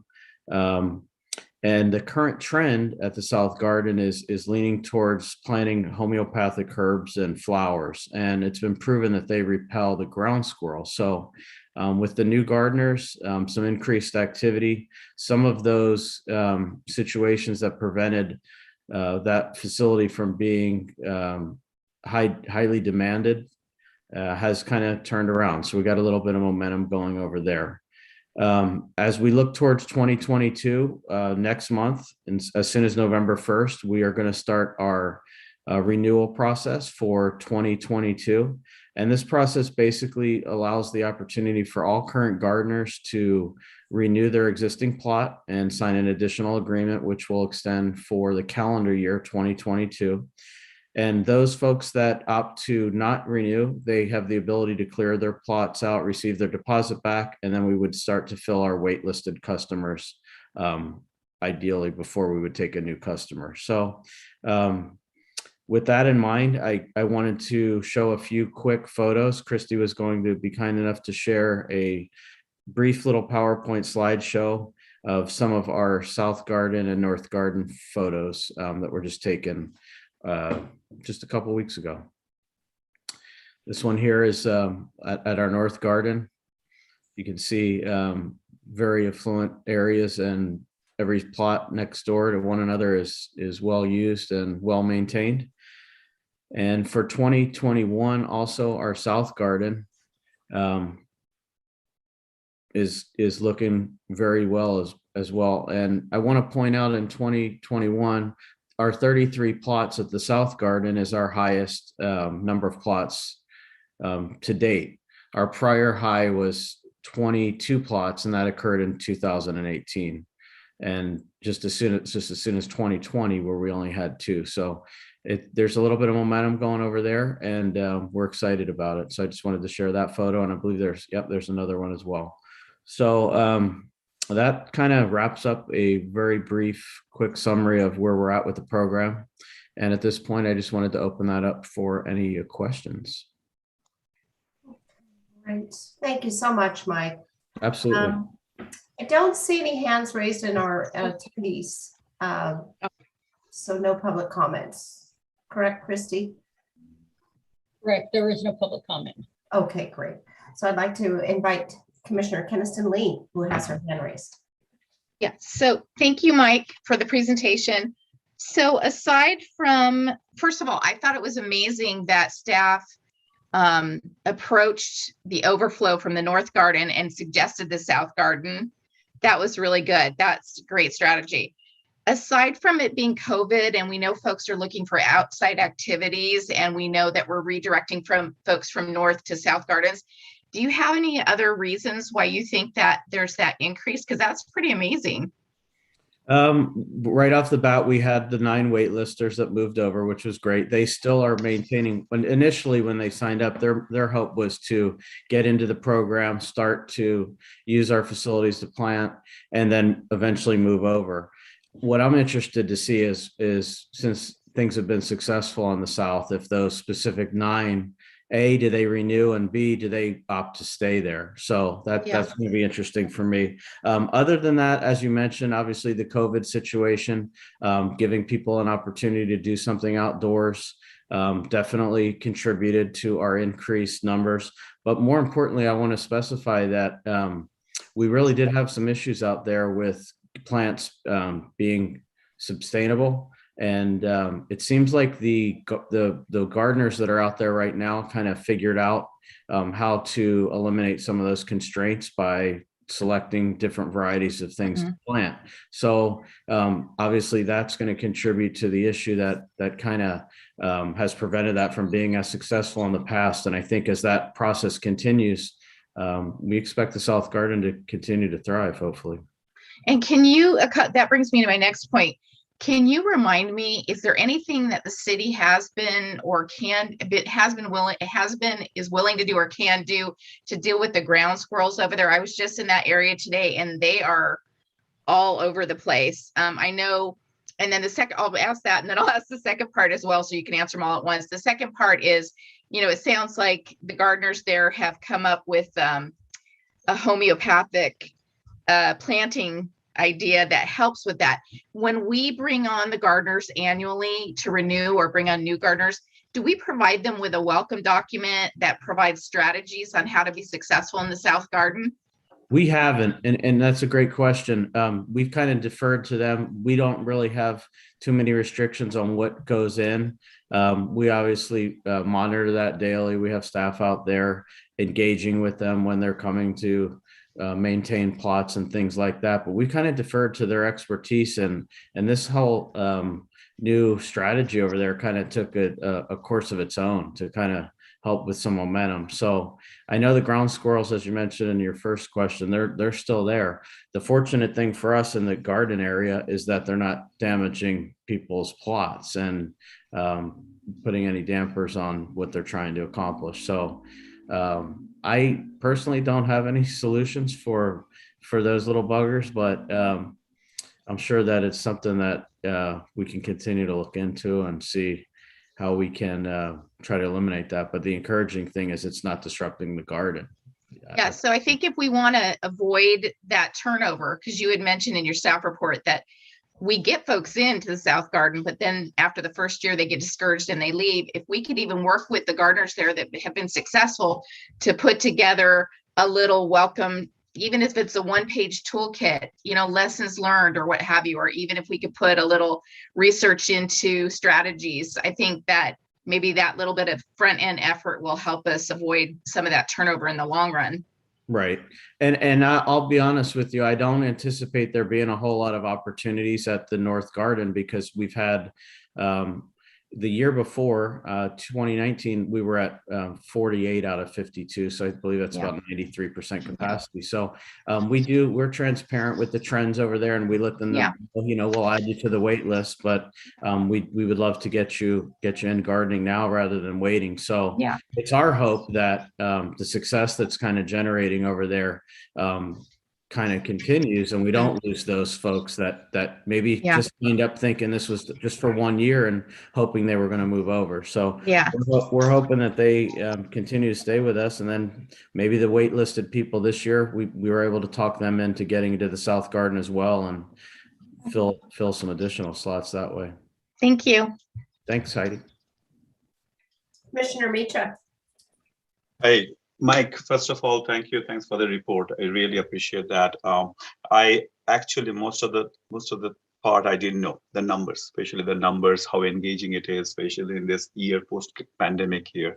And I'm very glad to know that you have increased your engagement with the community so much on that. So congratulations to you, your staff, and the whole city staff. One of the areas, I think you briefly answered that, so probably a repetitive question, is a squirrel issue. I live in Dottie Valley area, and one of the most irritating problem is a squirrel, because anybody wants to do any gardening at our backyard, it is just, no, it doesn't matter what we do. We see the apples or fruits coming up, and then all of a sudden they vanish, they're gone, done. Every year. So it is very, very frustrating on that one.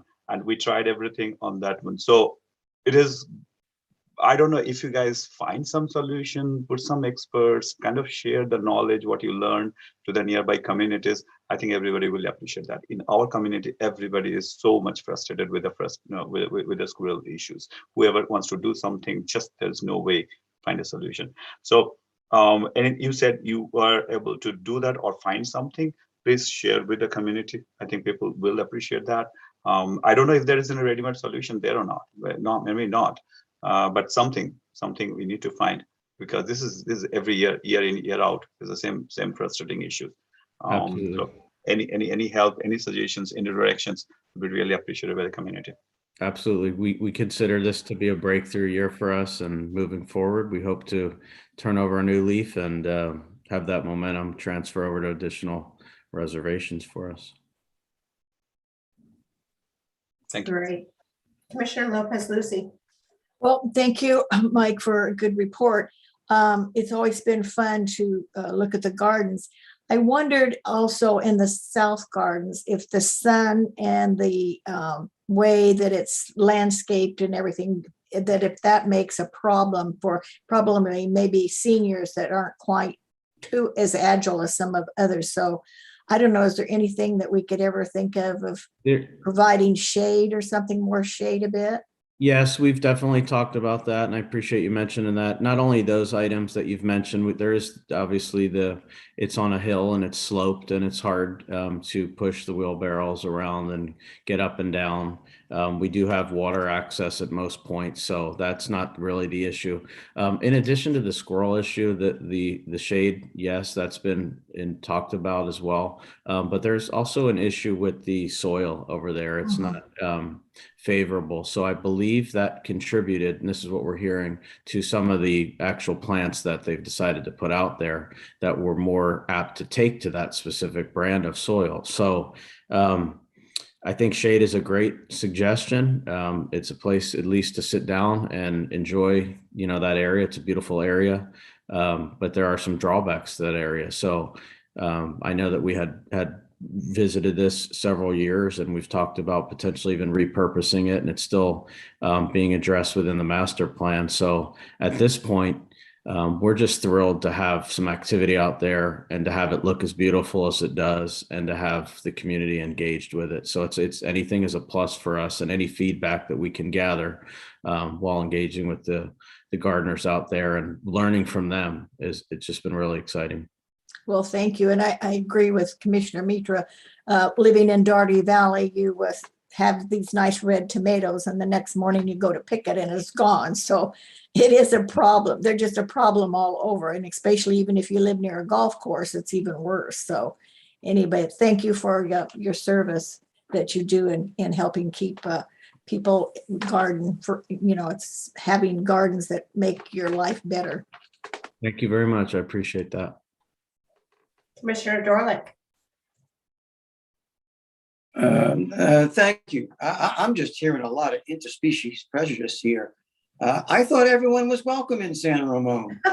Why don't we set aside a couple of plots with what the squirrels like and see if they just hang out in those? It's just part of gardening, I guess. But it seems like there's been some solutions that have been made. One other solution is, having lived in the Appalachian Hills in Kentucky for about a year and a half, when I was a carnivore, squirrel meat's not bad. So that's another solution that can certainly take effect.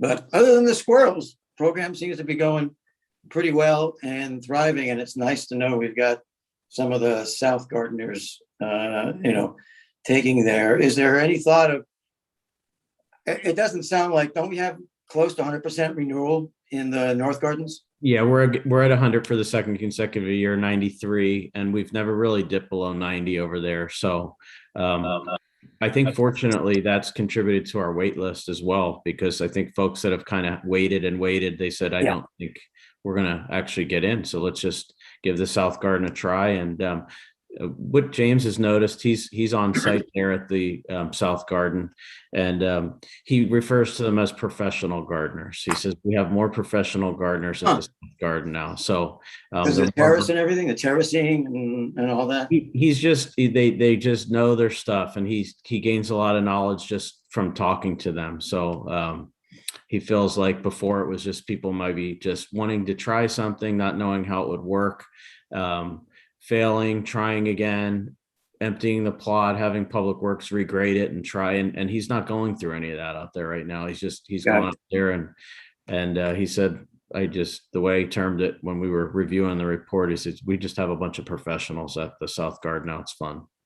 Okay, so we don't have any openings that are likely to come up in the North Gardens. I really don't expect that. I expect the renewal rate to stay within 95. So that's why I'm hoping that the folks that kind of hung around on that wait list for the North, when we give our first crack to renew, I fully expect at least 50 of the 52 to remain on board. So, and that wait list is going to grow. We expect that to grow. So when we explain this to them and we let them know how the trends are happening and how we are having some success at the South, we hope that it continues to translate with more reservations. Now, are the costs the same for the residents at the North and the South? The North Gardens plots are much larger, so they're priced a little bit higher. The South Gardens are actually a little bit cheaper, but they're different sizes at the South Garden. At the North Garden, they're all the same plot size. Right. And that's just because of the topography and the location and how. Has there been any thought to providing maybe some, first year incentive for people to come to the South Garden, like maybe a little discount to get them there, and then once they're there, If you're saying, there's a lot of people there who can, assist, provide expertise, a little bit more professional, then they stay, kind of give them an incentive the first year at a little bit discount. And then, when you have them locked in, keep them in there. We actually did. I'm glad that you mentioned that. We actually did offer a incentive advertisement through Your Town Weekly and also in our recreation guide at this time last year. And that offered first-time customers a 10% discount at the South Garden too. So I failed to mention that in the report, but that probably was very successful and something that we're going to look at doing again. Okay, how about for someone who's already in the South Garden as a tenant, and they refer somebody and you give them a month free? So you refer somebody to the South Garden to come with you. Hey, we'll comp you for 1 month, and that's a way to get, because these things also are more word of mouth than when you're looking in, our town. I mean, it's great to be in there and in the guide, but if someone's, having a successful time there, they're enjoying it, there's some camaraderie, they got some friends. If you say, hey, bring a friend and you get a month, month off your lease, I see that happen a lot, and that may help. Absolutely. I've taken note of that. Cool. All right. Thank you so much. Thanks, Michael. You're welcome. So I'm just thinking about the South Garden, wondering if maybe that could be more marketed as more the flower garden, herb garden, sort of a different theme rather than just vegetables, because of the ground squirrel issue there. So just wanted to throw that out. I was also, considering what Commissioner Lopez Lucy said about how those gardens are laid out. They are difficult to navigate because there are stairs, and it's up on the hill there. So it is not as easy to navigate your gardening experience in that location. Absolutely. Yes. So we probably want to think about, how we can make it a little bit more. Yeah, we've struggled at this garden for several years, and as I mentioned, almost a couple years ago, when we were down to, I think we had 2 reservations, we've exhausted ourselves with looking at options to repurpose the space. So that's in the master plan. We're still going to continue to look at that. Now that we're generating some momentum, maybe the focus is redirected towards correcting some of those architectural flaws out there and continue with it. So everything at this point is on the table. Awesome. Great. I think also my question, are ground squirrels an issue at the North Garden? At the North Garden, for some reason, we do not have that issue over there. So I think they just pick their places where they like to habitat, and it just doesn't seem to be as big of an issue. I'm sure that they're there, but we're not hearing that they're not complaints. Stealing too many crops and things like that. Yeah. Kathy.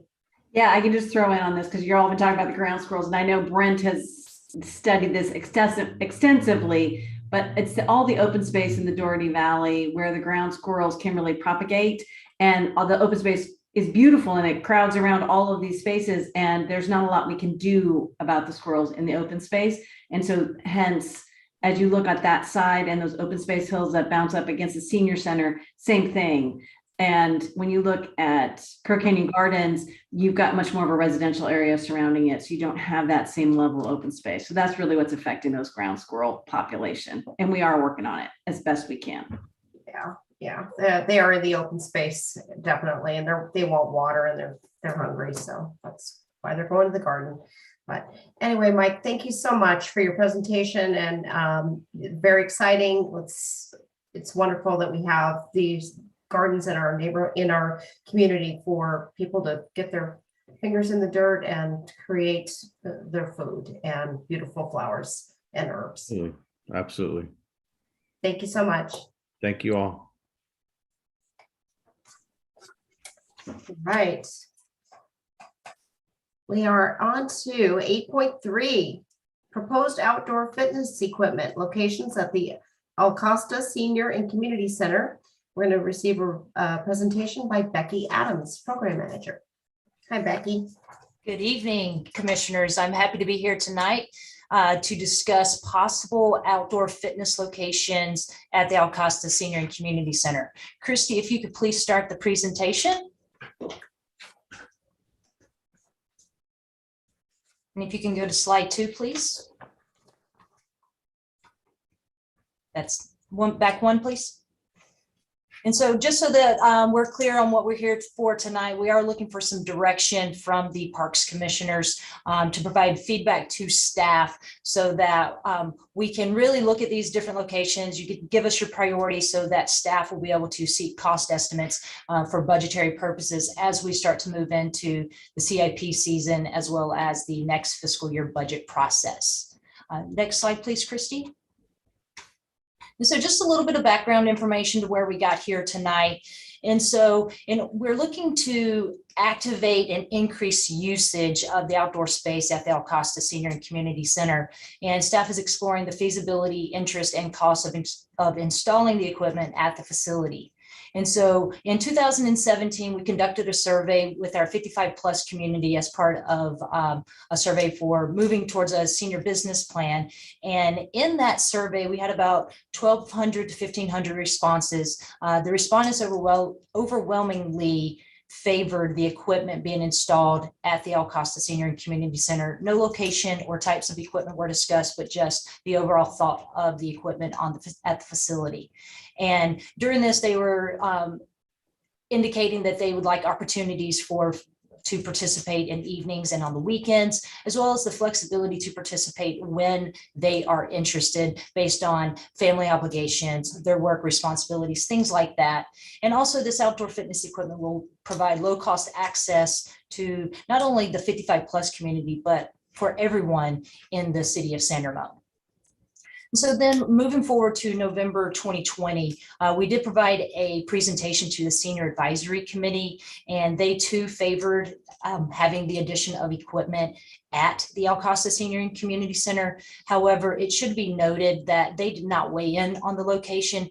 They did weigh in on the types of equipment, whether it's stationary or if it's movable equipment.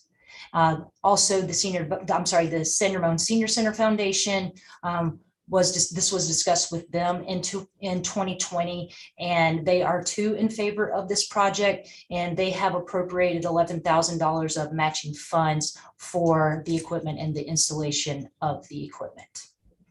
And then just a few weeks ago, I had the pleasure of meeting with our facilities committee out at the Alcosta Senior and Community Center to really dive in and talk about these, the potential locations.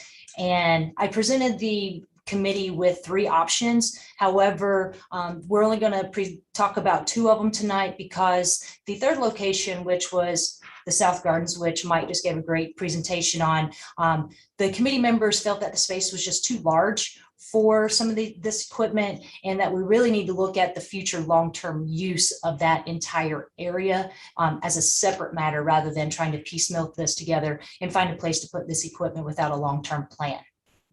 And so the 2 areas that I'll be presenting tonight, part of the reason why they were chosen by the facilities committee is that both locations can accommodate approximately the same number of equipment, which is about 7 pieces, depending on the size of each of them. And in the next few slides, we will go over some of the challenges and the benefits that each of these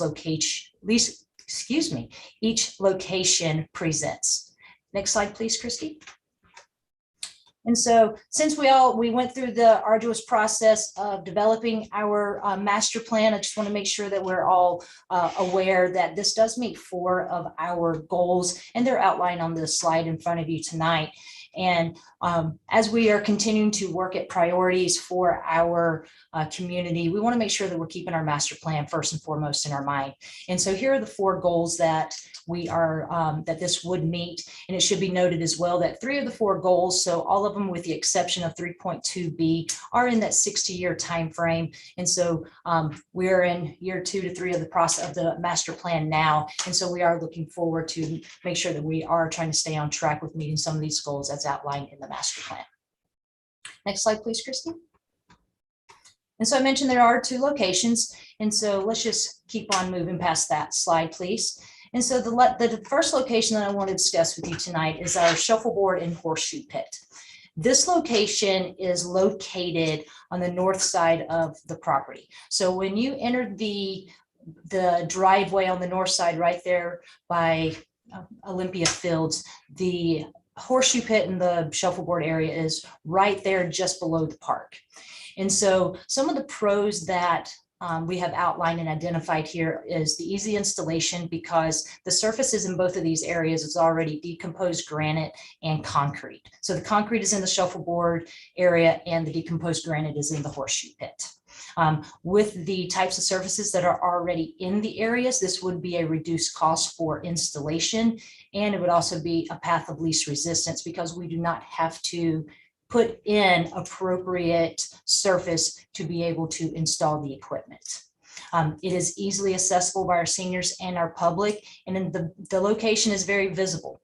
Now, as you'll see on the con, that could be also a con because people may not want to be as visible as they're working out. I know with the condition that I am in right now, I probably wouldn't want to be on display. However, back in my college days, I would let everybody take a look.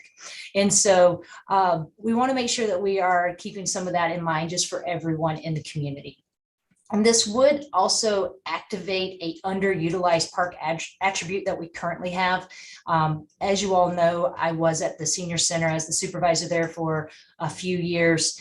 And during my time there, we had very few people actually participate in horseshoes or playing shuffleboard. And so it is not being utilized to the best of its ability at this point. And then with this location, the equipment would be easy to see and find. And so this may actually increase interest in the equipment because as you're going along El Costa, you could look over to your left or to the east, and you would be able to see the equipment. So moving over to the cons, like I mentioned, it may be a deterrent for some that you are on display because you are close by the main driveway as well as El Costa Boulevard. One of the biggest concerns that the facilities committee had when we met on September 22nd is the lack of shade in this area. It is in direct sunlight after about 12 p.m. And as the sun continues to set west, it becomes more in the sun. And in a couple of slides, I'll show you a couple of pictures that I took just for reference points. And then also, since this location is located on the extreme north end of, back one, please, Christy.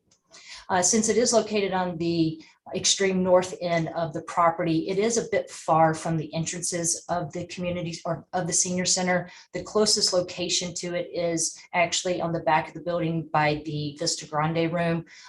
You would have to walk half of the distance of the facility to be able to access the primary entrance to the senior center.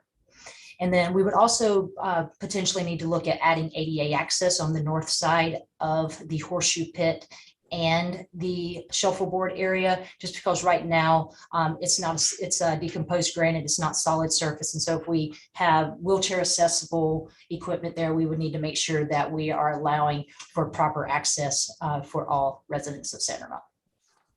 Next slide, please, Christy. And so as mentioned and as promised, back one, Christy. These are pictures that were taken at approximately 5:15. This was taken a couple of weeks ago. And so keep in mind, please, that this was, around the beginning of October that I took this. And so these are the locations. So the area on your left is, that's the shuffleboard area that is on the lower level of the terraced area. And then the picture on your right is of the horseshoe pit area. And you will see there are a couple of trees there. So they have lost some of their leaves at this point of the year. And so we will have some shade there. But as I mentioned, as the sun continues to set west, it does lose a lot of its shade during that time. Next slide, please. And then I tried to take the pictures from the same vantage point to try to give some consistency. And so you will see this picture was taken at approximately 8:30 in the morning, and the amount of shade is significant during this time. But as the sun continues to rise over the hill and come directly overhead, then we do start to lose some of our shade. Next slide, please. And so since our facilities committee mentioned that they were very concerned about the lack of shade in this area, especially you're going to be on concrete or decomposed granite. It does get quite warm. And so I just wanted to provide some examples of shade structures. These are by no means types that I am recommending, but I just wanted to provide some examples so that the commission could see these representative types that are available. And so the two that are on your screen right now, these are what I'm calling permanent shade structures. So they are full coverage. They would require concrete footings. They do not let the sun come through at all. This would, potentially protect the equipment more. It could provide for the equipment to be used year round. If we wanted to get very fancy, we could, and depending on the dollars, we could add electricity for lights or fans to make it a year round attraction. It gives a lot more options for us to do, but then also this could be much more expensive for us to install. But it's just something for consideration so that you can see that there are some options out there to provide solid coverage for shade. Next slide, Christy. The next type of shade structure that we could potentially look at for that location as well is what I'm calling semi-permanent. And so these would still require concrete footings for the metal poles that you will see in the pictures. But then you would use shade sails or canopies to provide the coverage. And so these have their drawbacks because they would need to be replaced because of the UV. They do deteriorate the sails. However, this would be less expensive because they're not permanent solid structures. Next slide, please, Christy. And so the next location that I want to discuss with you tonight is what I'm calling the park and landscaped area. And so the park and landscaped area, it's actually two sites that I am putting into one so that it would provide the availability to install approximately the same number of equipment, which is about 7 apparatus as mentioned previously. This is located closer to the building and near the park. And so from the horseshoe and shuffleboard area, it's a little bit south, about midways to the entrance to the kitchen on the south end of the building. And we'll have pictures in just a few minutes, but it is closer to the building. It is a bit more serene because of the location being further from the driveway, further from Al Costa, and closer to the building and the park. There is already shade in place because there are lots of trees in this area. There's also quite a bit of landscape in this area. And as mentioned, it is closer to the ASCC entrance. And then there is, for the area that's located in the park, there is a walking path that is located in the park near the location for the fitness equipment. And so it would provide the opportunity for our residents to participate on the equipment, but then also walk around the park and get a full range of exercises. Some of the cons for this area is great access to the park. And so where you would have to traverse multiple stairs to get into the park. You would also, the senior center is on a hill. That's no surprise to any of us. And so we always have to consider the ADA access into these points. And so we would need to look at access into all of the different areas for ADA. We do have a bridge that goes over our creek there, and then there is a switchback sidewalk that will get you into the area. It's just a little bit further for you to be able to access that. And we'd have to look at in the landscaped area.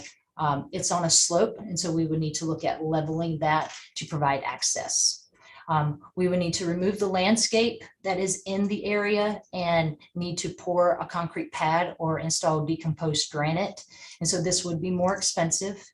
Also in this area, since we have the landscape, we also would need to remove that, and we have sprinklers and a control valve boxes, and those would need to be relocated as well. In the park area that we are recommending, it would be visible to programs and rentals that utilize the meadow area near the gazebo. And so we may need to consider additional landscaping to try to block that area so that when somebody is out there for a wedding, this not, somebody's, on one of the apparatus, and they're now the star of the show instead of the bride and groom who are on the gazebo getting married. And then a con as well is that the equipment's not all in one place. And so you would have to participate in one area, go up 4 to 5 stairs to go to the next area. And so it doesn't provide that continuity, although it is in close proximity to one another.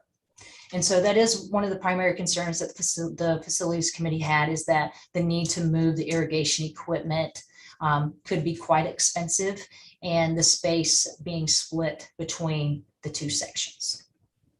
Okay. Next slide, please, Christy. And so these are the areas that I was talking about. I know visually it can be a little tough to see where I'm actually talking about. And so on the left here, that's what I'm calling the park area. And so that is the gazebo on the right. You can see that that's approximately in the middle of the park. And then we have the small pergola there that actually has a bench there that overlooks the beautiful sunset that we have to the west. And so it's that grass area there on the left that we would look at removing the grass, pouring a concrete or decomposed granite base to put in the fitness equipment. And then the picture on the right is the landscaped area. And so if you look closely, you can see the green roof of the Alcosta Senior Community Center directly in the middle back. And just to the right, that's not pictured, down below is the parking lot. And then the sidewalk to your left of this V that we're showing, that's the sidewalk that will lead you up to the park. And so that's how you would access it. You can actually see the stairs there if you're able to traverse the stairs. So it would be in close proximity to one another. It's definitely within eye shot, but it is not located right there together for continuity purposes. And you'll see here that at 5:15, we were still in nearly full coverage for shade because there are lots of landscaping and lots of trees in this area to provide that canopy. Next slide, please, Christine. And so this is that same location. This is the one picture that I didn't get in the same orientation as the other. I thought I got them right, but I didn't quite get it on this one. And so this is taken at 8:30 in the morning. And so you can see that this is full coverage in shade at 8:30 in the morning, again, because of the shade, the trees that are already in place. The grass area there in the park, as the sun continues to rise, will be more in the sun until about 12 to 1 o'clock. And then it starts to get into the canopy of the shade for the late afternoon, where it gets much warmer. Okay, next slide, please, Christy. And so the fiscal impacts and the next steps that we have for this project. So at this point, since we are seeking direction on the priority of the commission and the location that they would like for us to explore, we don't know the full fiscal impact at this point. And so once we are able to get the priority of the commission, then we'll be able to conduct a cost estimate for site preparation and installation of the equipment. And it should be noted as well that in my many conversations with Kathy, we think this is definitely a fundable project. Seniors, fitness, it screams, hey, somebody, let's sponsor this. And so that is certainly something that staff would be looking at, is to how can we find grants and how can we find sponsorships to offset the cost of this project. And it is noted again on this slide that the Senior Center Foundation has committed $11,000 in matching funds for the project. And so once we're able to obtain the cost estimates, then we will look to include the information into the next fiscal year's CIP budget request so that we can get it on the list and really start to get the ball rolling on this project, because we know it's not going to happen tomorrow, but we are hoping that we can get something rolling within the next couple of years. Next slide, Christy. And so with that, that concludes my presentation, and I'm sure there'll be lots of questions and I'm ready to answer. Great, thank you, Becky. Are you looking for us to identify one location and make a motion around that? Is that what you're looking for from the outcome? Ideally, yes, one location. However, if that's not what the commission would like to do tonight, if the decision is, hey, get cost estimates on both, then that's certainly what we would do. But if there is a clear front runner on this, then that would help us be able to get to a point much faster to get that cost estimate. Okay, great. I'd like to start with the facilities committee, and Commissioner Lopez Lucy was at the walkthrough, and I'd like to start with Commissioner Lopez Lucy with some feedback. Oh, thank you, Chair. I looked at the area with the facilities, and also with my husband and myself were looking at it also. And my feeling was that the shuffleboard and horseshoe place is really close to the driveway, and I feel a bit dangerous. And you're close to it as you're entering there on the driveway.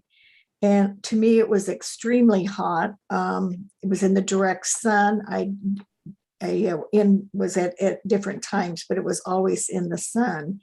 And I feel it's sort of far from the facility to walk down the hill and to reach it. And then when you're finished with your exercise, you still have to walk back up the hill, which sometimes is kind of harder after you've done your exercises. And so you would then also have to walk if we're going back to your car, that's quite a walk also, because the closest parking is for handicap only. But then if you're not handicapped, it's much further to go to your parking area.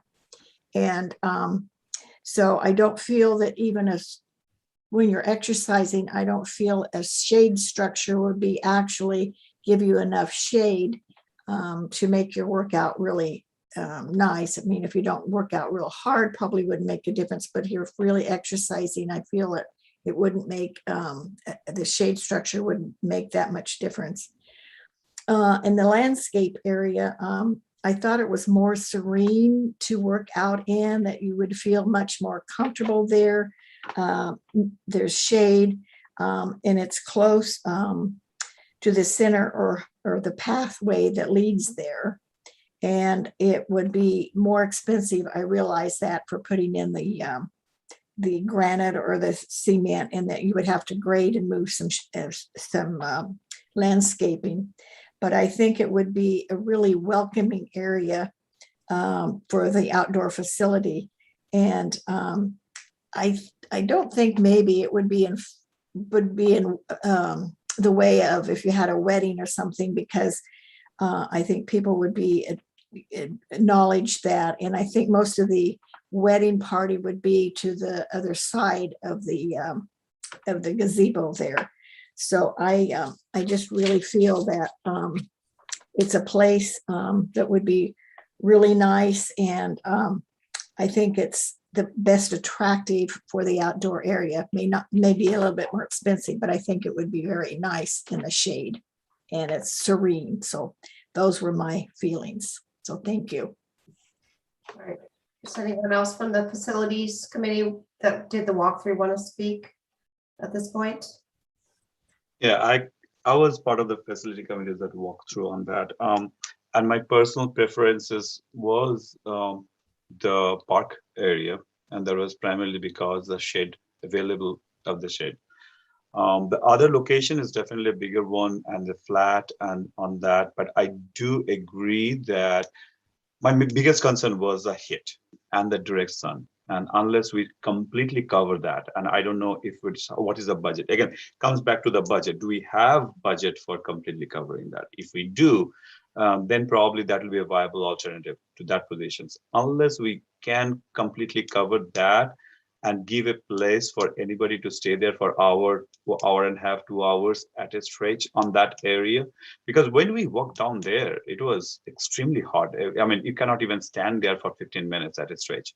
So may not be that useful at all to anybody, for a senior person to stay there for hour and a half with that sun, unless we cover them completely. That is my biggest concern on that one. on that point of view, the other area, the park area, my only concern was that 2 separate locations, right? That's one of the things on that. And there are trees, and how many equipments can we fit in there? We wanted to get, I heard that around 7 or 8 equipments. Are we having enough space in between them, or they'll be cramped together?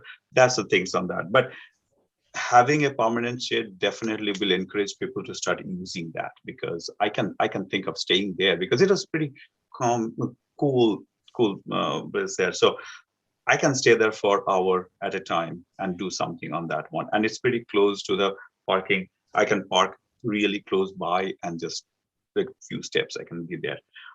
So yeah, so unless we can completely cover the other area, horseshoe area, I don't see anybody, how can anybody be using it for hour and a half, 2 hours at a time? I just cannot imagine anybody, especially not a senior person.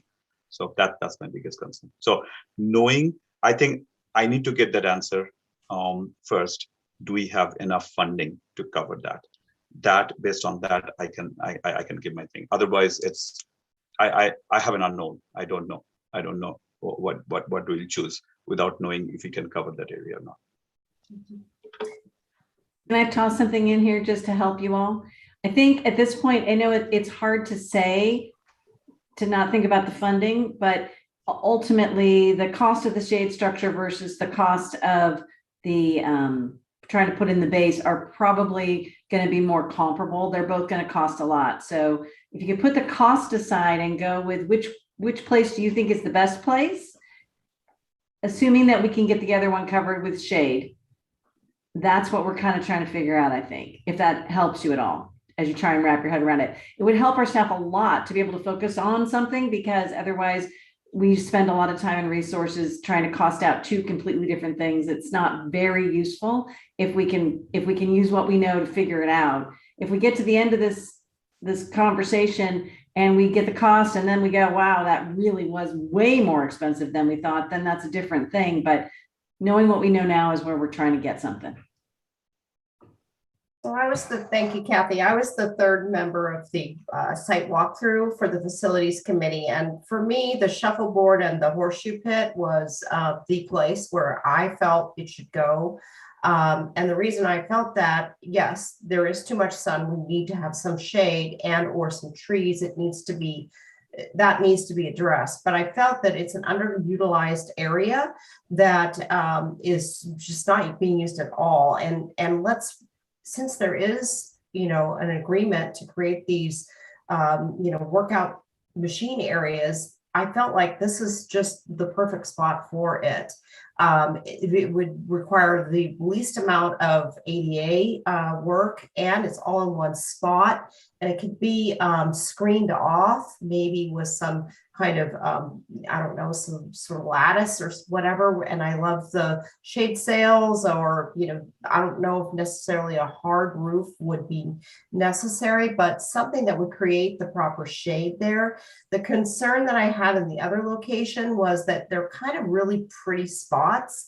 And I just felt that if we're having an event at the gazebo, that I don't know if I would want to see equipment. It might impact the rental use, having that equipment in those locations. And maybe we could use something more serene, benches, fountains, something like that would add to the beauty of the shaded, what are we calling it? The park and landscaped area. But for me, the shuffleboard and the horseshoe pit was the place that I felt was the most cost effective and the best place for it to put the equipment in. So that's my opinion from our walkthrough. I'd like to move on to Commissioner Keniston Lee. Thank you, Chair Osland. So I was over there today walking through. I agree, whatever we do, we have been in this community long enough to know that our residents desire shade. It's just a reality, and it does get hot. So that's, for me, an essential consideration.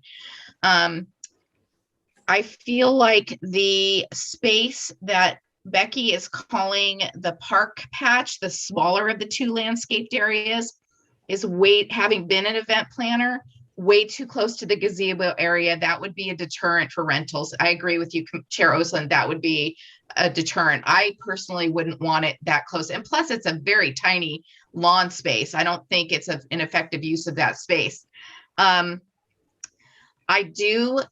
So let's reserve the other larger landscape, as Becky calls it, area, the horseshoe area and the shuffleboard. My question is, like, to what extent have we marketed that? And it looks old and in disrepair, frankly. It doesn't look well maintained. And I'm just wondering to what extent we have promoted it, not only to our senior community, but the community at large. Do people even know it's there? I would venture to guess a lot of people don't know it's there. And actually, Becky, before we go to that part, I'll give my little stipulation on the other thing. But so I'm somewhat drawn to that area, as Chair Osland is. However, I have a third option that I think would work well. Let me just throw it out there.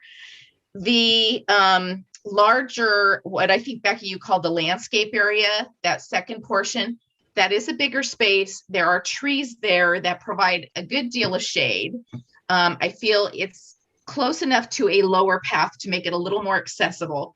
I wonder if it might be an option to, and also I think that space provides a little bit of visibility from the parking lot and street area, more so than that smaller landscape area or the park area. I would like to entertain just focusing on that area, maybe reducing the number of equipment down to, say, 5, whatever is appropriate for that area, and just have it be there. I think it's far enough away from the gazebo area that there's a separation. I feel like we still might need some kind of semi-permanent shade structure. I like the sails also, Chair Osland.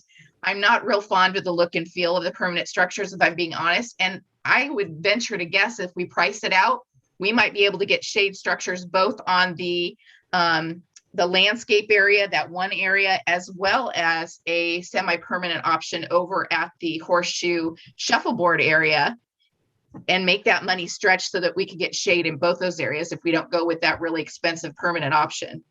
And so, I would like to see us perhaps look at how do we promote, have we given that shuffleboard horseshoe area a good shot? Is there a way to spruce it up a little bit, market it in the rec guide, get some communication out there, give it one last, hurrah. But I got a good vibe from the larger landscaped area. And I think that might be a good option. So I think those were my only points. Thank you. Commissioner Dorlick. Thank you. Thank you very much. As a member of the demographic to which we are addressing these issues, let me speak frankly. You're going to go work out. You're going to be sweating. I mean, that's why you go to work out, to work up a sweat, number one. Number two, is it longer to walk to the car? Once again, you're working out. You're going to walk to the car? Okay, it's probably actually a nice way to cool down to walk to the car. Is it too visible? Hey, if I'm 75 and I'm working out, I want everybody to see me working out. That's an old vaudeville joke, but don't worry about it. So, I mean, the grassy area, we're not doing Tai Chi, we're not doing yoga. I mean, shade is nice, but we're not sitting around playing mahjong. People are going to be working out. So, shade is nice, but I think the facilities where the shuffleboard and the horseshoe pit is, I mean, that's the ideal place right there. It's flat, it's ready to go. We're not digging up irrigation. We're not near a serene, place, where people are going to say I and somebody grunts in the background do. The amphitheater where we have weddings is not right next to the skate park. And there's a reason for that. It's next to the community center and where it's quiet and et cetera. So, take the cost issues out.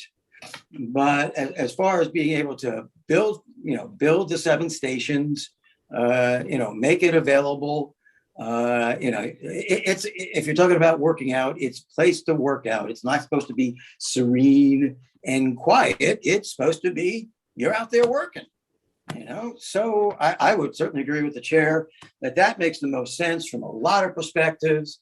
Regardless of the cost, you're really you're utilizing a place that has been underutilized, which was just pointed out.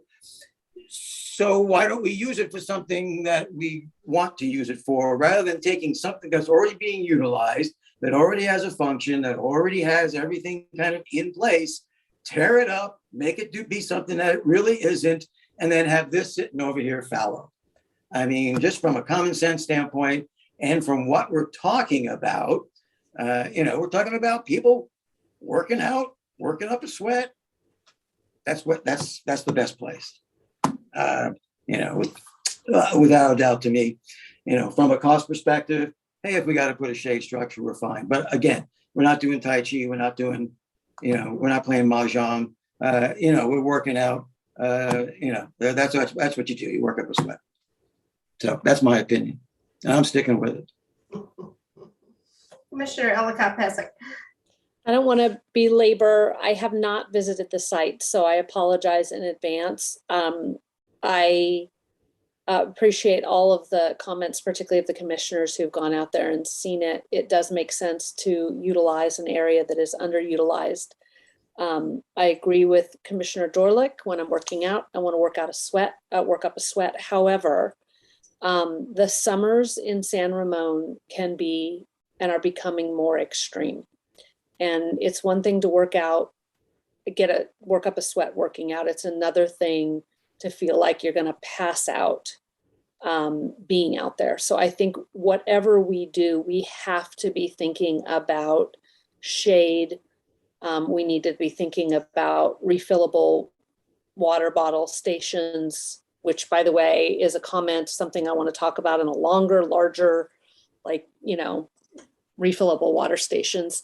But looking at the photographs, I do think there will need to be some work to create not a serene environment, but a less desert type environment in order to make it a more comfortable place for any age, but certainly for our seniors. And if, using a place that's underutilized certainly seems like a good idea. I share Commissioner Keniston-Lee's and I believe Chair Oslin's comments about the gazebo and the potential conflict. But I do really want to emphasize, I think we have to, in every one of our programs, is thinking about creating shade, creating an environment where people can be comfortable standing there, let alone working out. I don't think that can be understated under the circumstances these days. Thank you. Commissioner Mitra. Yeah, coming back to Commissioner Dolich's point, sweating. When you're going to do for workout, you definitely want to sweat. So that's given other than that. But what we were talking about is the heat. And it's not sweat part, it's the heat part. And when we visited there only a few weeks back, I think asking somebody, especially the senior person, stay there for an hour, it's a health issue. Believe me, I truly believe that. That will be a health issue. It's not going to be more than sweat. Asking even me, I just couldn't. I had to get to the shed. There was one lone tree there that I would go to the shed. So that just wanted to mention that it's not about the sweat. It's about the heat and how much we can tolerate the heat and how much a person can tolerate the heat. That's what we are talking about. Right. One more comment, Commissioner Dorlick. Well, Mad Dogs and Englishmen. I know, I understand, but you got to give people some common sense too.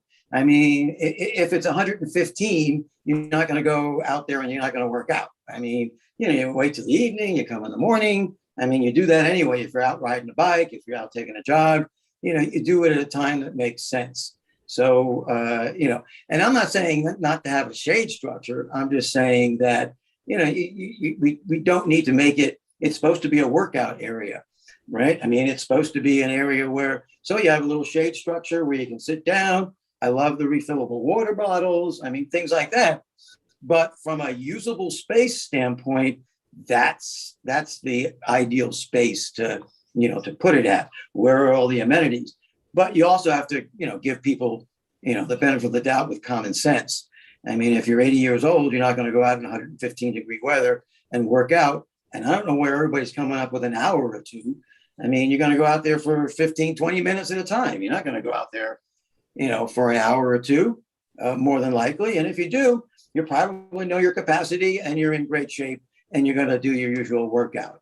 But if somebody's just going out there to get a little exercise, it's going to be 15 or 20 minutes. It's not going to be an hour. It's not going to be, even when you go to the gym, you're not there for an hour and a half. You do 30 minutes on the bike, 30 minutes in the weight room and you're gone. It's an hour.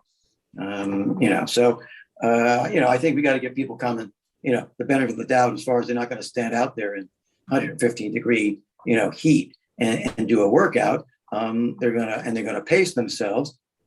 Put some shade structure there so you can sit down, take a break, make it a community thing, have some camaraderie, et cetera, et cetera. But, that's certainly the ideal location to do this because it will just slide right in. So let's bring this home, Commissioner Kennison-Lee. Oops, you're on mute. Thank you. Sorry about that. I'm not ready to present a motion yet, but I just don't necessarily, I want us to think a little bit outside of the box. And, one of the things that drew me to when I was considering the shuffleboard horseshoe area is the fact that not only maybe seniors would be able to utilize it, but people walking the community would be able to utilize. So I did see the value in that. And I know that cost is always an issue and we want to be good stewards with our community's money. And that's really important.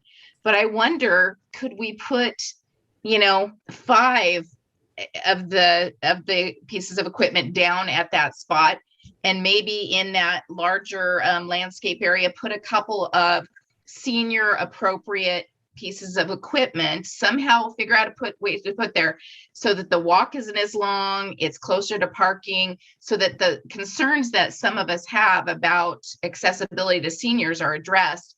And yet some of the very valid points that Commissioner Dorlick is making are also addressed. I don't want to necessarily rule out that there's a hybrid approach here that might help us achieve all that we want to achieve. And if perhaps we can save that money not going with a permanent shade structure. And I don't know, I want us to think outside of the box and see, because I think there are a lot of valid points on both sides. I can't tell you I wouldn't be prepared to vote for the shuffleboard horseshoe area, to be frank with you. But I do think that there's some valid points that Commissioner Lopez-Lucy has made where we want to be conscious of, one of the things we're trying to do is provide opportunities for our seniors, not necessarily the ones that can walk down there to the horseshoe area and who, work out for an hour, what have you, but folks that they have a goal that they want to start working out. And we want to provide an opportunity for them to really realistically do that. So I'm just hoping we can think outside the box a little bit. Becky, are we giving you a lot of ideas here? I think Kathy would like to say something. Yeah, I'm going to help you out. So what I can hear, and this is also challenging because you are down a commissioner, so you're going to split. So I think maybe we're just going to go with some feedback at this point in time, and staff will take a look and try and incorporate all the feedback as we come back eventually with a place that we think, based on everything we've heard, is the most doable. I don't know, Becky, if you see it that way, but that seems to me that's probably what we need to do at this point. I would agree, and I've been taking notes, and I can also go back and look at this recording as well to make sure that I can get everyone's input and thoughts on this. And I've been working hand in hand with Brent Scruggs from Public Services regarding this. I know he's listening to all of this tonight as well, and so I'm sure Brent and I will have some healthy discussions and figuring out how we can move forward and make sure that everyone's voice is being heard with this. And Becky, I would think that, I know that, you know, you'd like to come away with a clear vision because that helps you build your budget. But if there's a way to come back with some preliminary numbers of scenarios, you know what I mean? That don't require an arm and a leg of staff time to give us a sense of what we're looking at from a budgetary perspective. My apologies, Commissioner Dorlick. Yeah, I thought we were still raising our hands. I'm sorry. I'll just come right in right now. Boom. I prefer not to kick the can down the road again. I know it's hot outside and we're on the asphalt and we're running down and we're kicking the can. But I think at least we owe a prioritization.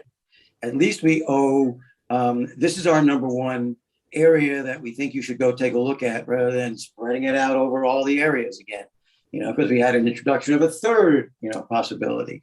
So my motion or my proposal would be, let's prioritize it.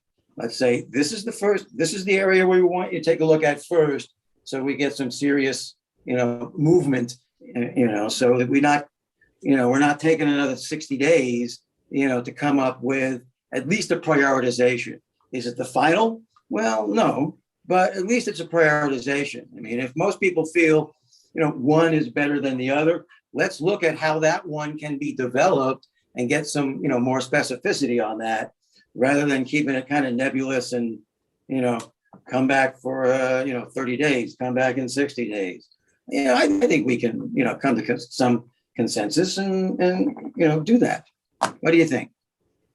So Becky asked for our feedback on the location, and I think we've provided that. I see one more hand raised, so I'd like to give Commissioner Ellicott-Pesek an opportunity, and then I think we've given Becky enough information.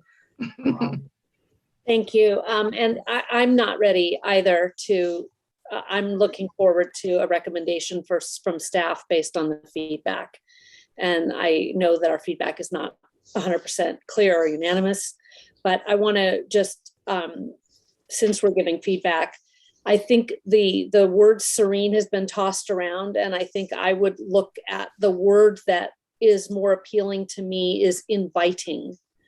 And when I think about not, you know, people exercising common sense and judgment, but rather when people think about, am I going to go out and work out? Is this an inviting place? And it can be more inviting, even the heat of a San Ramon summer, if it's in the shade or it's an inviting location. So I think that's going to matter. And that may come down to some amount of, you know, shade aspect, but it also probably has a lot to do with the landscape as well as the accessibility. And when I visually look at the pictures, I want to go to the park with the gazebo because it's inviting. There's a lushness to it. Even if it's a hot day, I feel like there's, you know, built-in shade. It's inviting. That's just all there is. When I look at the other one, as Commissioner Kennison Lee, it does look a little older and run down. And honestly, I don't want to go there, even though I'm like, ooh, that could be kind of fun. Shuffleboard and horseshoe. I think it needs to be, for this particular thing, inviting. And when I think about also the heat, you know, these structures, I don't know what you plan, what materials you plan, but considering the heat, they should be heat resistant, or they really do need to be better shaded or, you know, situated so that they're not burning hot at 150 degrees, et cetera. I do want to, I know I threw it out there, but that same idea of, you know, not using plastic bottles, but making sure people are hydrated, which is so important for health, that's considered as well in providing maybe hydration stations. But I think inviting is the word, not serene, and accessible in terms of the heat, because I'll work out in the heat, but if it's blistering straight up, looking like the desert, I'm not as excited to go out there. So sorry, maybe repetitive, but I hope that helps. Commissioner Lopez-Lucy.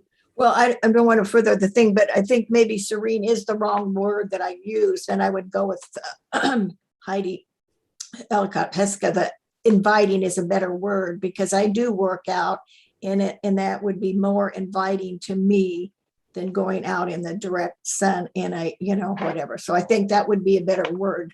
I just use that, which would be wrong, but it's very inviting. So I agree that that's a better word. Okay. All right. I think we'll leave it at that. Okay, well, thank you, everyone. I appreciate your feedback, and I'm sure I will see you all very soon. Thank you, Becky.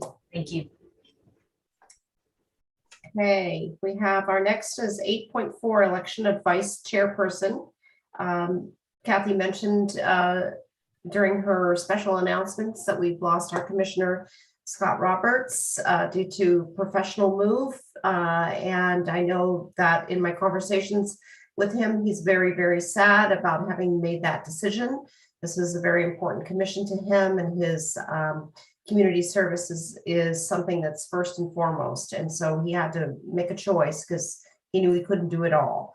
So I just wanted to take a moment to thank Scott. He's not here. We didn't give him that opportunity to thank him for his service and to bid him well on his new endeavors. But he has done a lot of work for our city of San Ramon. He's been very instrumental in the walking district.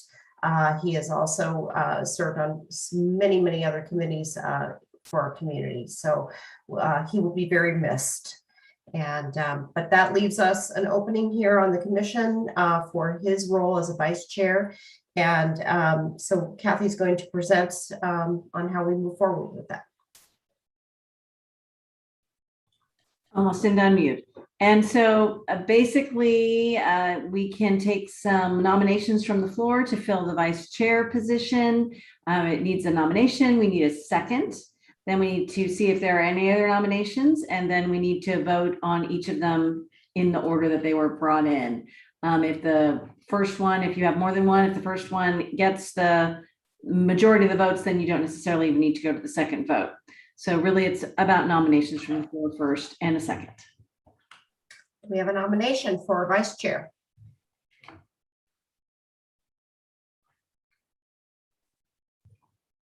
I don't see any hands. I have a nomination. I would like to nominate Commissioner Keniston Lee as vice chair.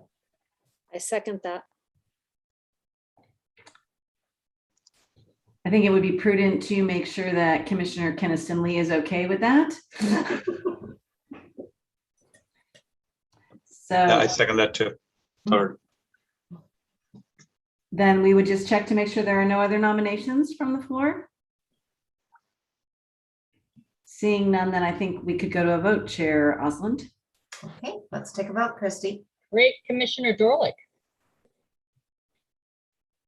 Oh, He's you're on muted. mute. Aye. Commissioner Keniston Lee. Aye. Commissioner Mitra. Aye. Commissioner Lopez Lucy. Aye. Commissioner Ellicott Pissick. Aye. And Chair Oslin. Aye. Thank you. Thank you, everyone. I'm excited. Great. Congratulations, Commissioner Lee. Thank you. All right, moving on to item 9, staff reports. 9.1, recreation program and community services report. So hopefully you've all had a chance to look at it. There's just a lot going on. There's been a very busy period of time. If anyone has any questions, I'm perfectly happy to answer them now, or you are always welcome to email or call me after the meeting as well, since the rather late hour. Looks like Commissioner Keniston Lee has a question. Yeah, just quick, 3 really quick things. I noticed on the Elite Swim program, were there any, when you surveyed, were there any prevalent concerns? I guess we got an 85% approval for them. Were there any concerns that emerged that we should be aware of? I go dig back into the actual detail. I think it's, your standard kinds of issues that people have in swim lessons where they don't like the instructor, they don't feel like their child got as much attention as they would have wanted, some of those kinds of things. But we'll go take a double check at it, and I can have them address it in a future report. And then 2 quick points. One is I love that we incorporated law enforcement into, I believe it was the Live Well Resource Fair. And anytime that we can position our police department as partners in our community at appropriate events is always a wonderful thing. So that's something I wanted to compliment and say, let's do more of that partnering. And then also the final thing was, I love the outreach, the increased focus on outreach to organizations like the PTA groups and PTA events to tell them about our programming and our offerings. So I would say more of that too. That's awesome. That was it. We'll definitely pass that along to staff. Thanks. Commissioner Mitra. Hi, Kathy. The city hall lighting schedule thingy, I was just wondering, what is the process to add another one event? I mean, you know that I'm talking about Durga Puja and we request it every year and you graciously do that. So is there a way to add that as a permanent event to lighting up? Like we have Diwali, we have Halloween and all those things. Is there any way to do that? There will be soon. There isn't really a formal system that's as identified right now. So staff is working on a policy that's going to city council because it really sits into city council purview, and then it will go on to the full city council. And so then we hope to have a nice system where you can apply and all of those things. Right now, we have the schedule that we created when we had the temporary lights in the building, and we've been repeating that same schedule every year and adding them on a one-off, using the city manager as kind of the person who gets the deciding factor, but we need a better system. So we're working on that now, and you'll see it come into city council probably in November or December. Thank you, Kathy. And we really appreciate that. You've been doing that lighting for Durga Puja for the last 3 years. So really appreciate you and your staff for that. Thank you.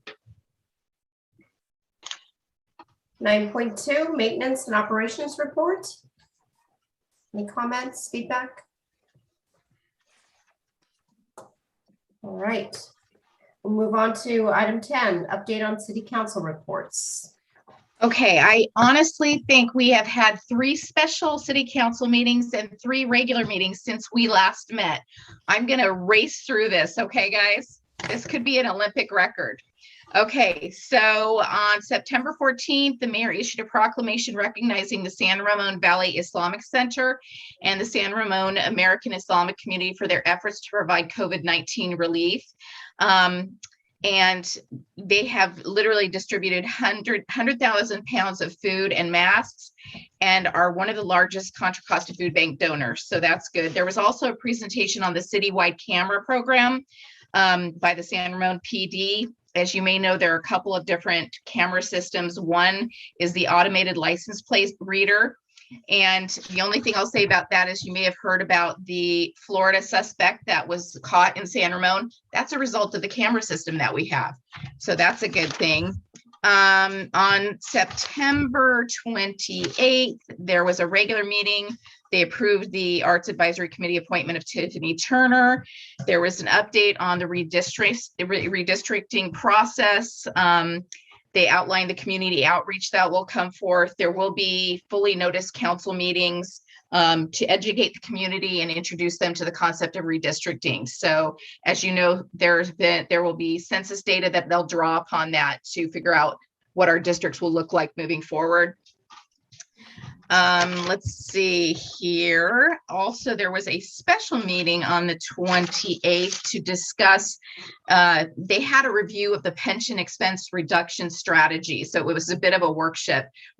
As you know, we have accrued some unfunded debt for our pensions, and they're looking at ways that we can possibly deal with that debt in a cost-effective manner.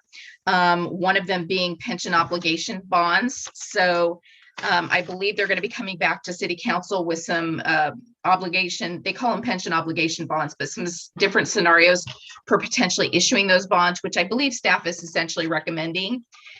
There was a meeting on October 4th. It was a special meeting to discuss the resolution approving the continuation of the teleconferencing for meetings of all legislative city bodies. It's pursuant to AB 361. What was interesting about that meeting is that apparently there is a requirement that the council must adopt or consider the item of continuing teleconferencing every 30 days. So what city council decided to do is they're going to put it on consent. And so that it's sort of essentially a rollover, unless somebody pulls it from consent, it'll essentially be approved every 30 days. So that will happen, and that'll happen probably until there's a reason to pull the agenda item and review it, you know, perhaps if masks are no longer required.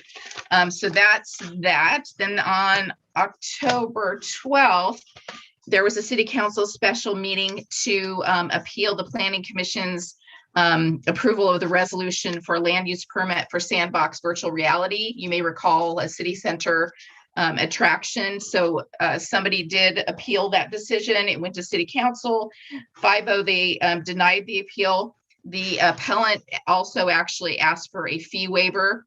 That also was denied. So that was that. And then I believe my last one is October 12th. They had a regular meeting issuing a proclamation declaring October 2021 as Domestic Violence Awareness Month, received by Rewire Community. And then also our very own Becky Adams gave a really great presentation on the city's new social services resource website and the new draft brochure that will be provided to our law enforcement officers and peppered throughout the city. And it basically was a neat initiative that was initiated by concerned citizens, that folks have access to information about social services resources for things like crisis, helplines, shelters, legal assistance. There are 9 different categories that they addressed, you know, food, transportation, mental health. And so this is an amazing way. And Parks, we should be proud because Parks and Community Services is the ones, right, Kathy, that's leading this, that's spearheading this. And so that's a really great thing to do. They also considered, received an update on the project lighting and landscape design element of the Bollinger Canyon Iron Horse Trail bicycle and pedestrian overcrossing project. They looked at planting concepts. They looked at where lights will go. So if you're into that and you're excited about having that overcrossing, you might want to take a look at the meeting. They adopted an affordable housing trust fund policy. All I'll say about that is basically that policy will guide how we spend affordable housing in lieu fees. So that's kind of an important one if you're interested in housing issues. And then they also talked about how they're going to fill Scott's spot. And so what they've decided is that they have 7 applications from the last cycle on file. Those folks will automatically be put in the mix should they desire to be so. And they will open up the application filing period for the next 3 weeks, at which point I assume they'll do some interviewing. So it'll be at least, I would think, Kathy, you could share another month before we're going to get somebody on board. Yeah, so that's what they talked about then. I think I covered everything. It's late. I apologize if there's a meeting or something I missed. Wow, thank you. Huh? All right, 11, committee reports. Commissioner Lopez Lucy. I'm reporting on the planning. So that they had a couple of meetings also. And the first meeting that they had was a discussion of the Bishop Ranch 6 area that we voted on, where we gave our recommendations for the park and everything. And they're still working on that area to work it out. There's a discussion about the alignment with the walking district plan, incorporating this into the Northern specific plan. Diversity was discussed. They have moved the park, and it will be at the Executive Parkway in Camino Ramon.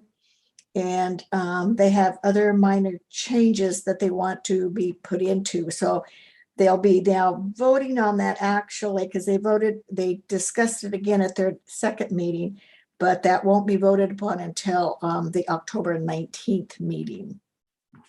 At the last meeting, they did have some information. These were not applications, these were for review. It's the Morgan Rock and Dirt area at the corner of San Ramon Valley Boulevard.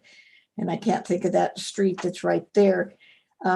This was presented by True Mark Holmes, who made the presentation. His presentation had a limited number of homes. The Planning Commission felt it was not enough, was not density enough. Due to the fact that San Ramon is going to have 5,000 new homes in the future. And they felt that he should go back and re-examine his application, but not an application, but re-examine how he would like to do an application. Then there is the Rome apartment, which is right there across from Morgan's Rockin District, and that's already been torn down. And that's also has not, it's been approved and everything, but that area is problematic for financing. So that was that one. Then the True Mark Holmes also made a presentation for another small area in the Deerwood Crow Canyon Bollinger area. They had a tiny little map. It's a large office building now that is vacant. And he felt that they could, it's a 4.3 acres, but only 1 acre is not buildable because it goes on a wooded area and down to a creek. So you can't build on that.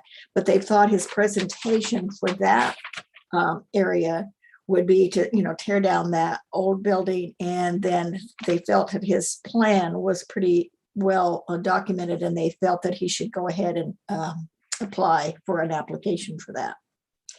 On the Morgan area, the discussion of the design and the parking in the retail development was discussed. And there is a little pie in there that is owned by it's an area, it's used for car repair. And it's been owned by 4-generation family, and they do not want to sell that portion of it. And so that makes it more difficult in the Morgan area for designing. So they'll have to go back and do a lot of planning before they come back with an application. So that is my brief one on that. Wow. The discussion goes on a long time. So I'm like Heidi that I have to be brief for it. Thank you. Commissioner Dorlick. Yes.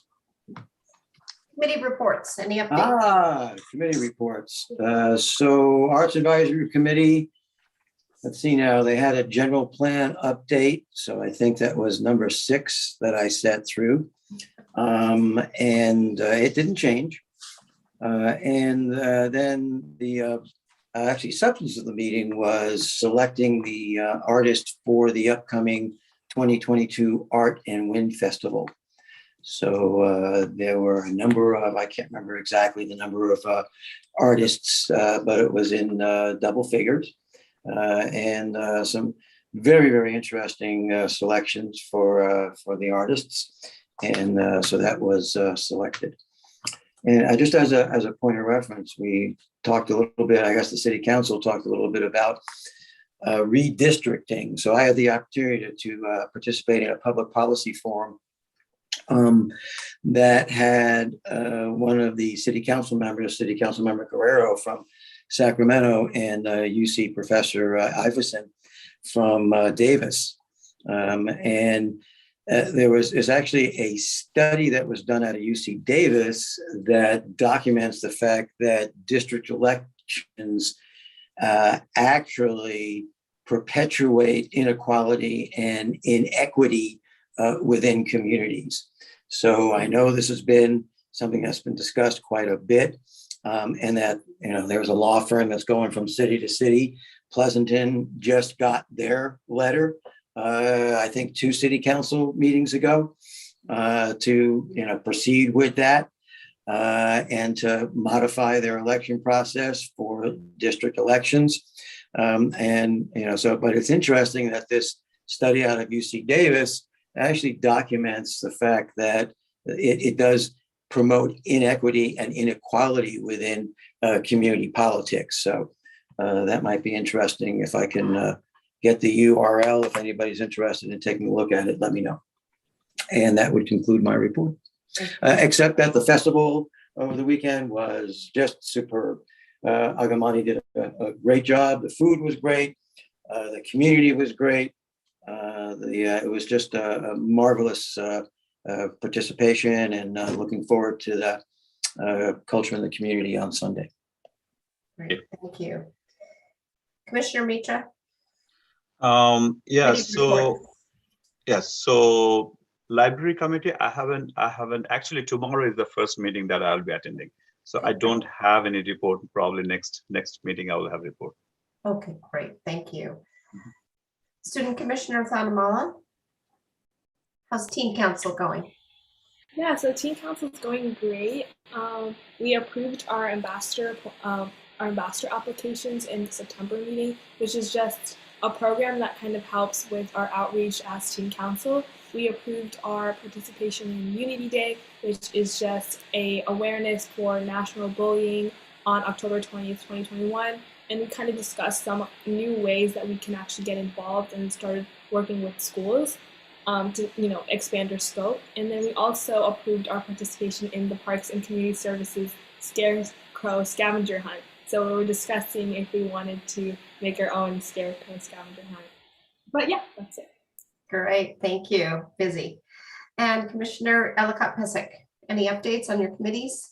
I think the only one that really occurred in the time frame was Teen Council, and we've just heard an excellent report. I will say my impression of the Teen Council members is they are very poised and in the face sometimes of a little challenge.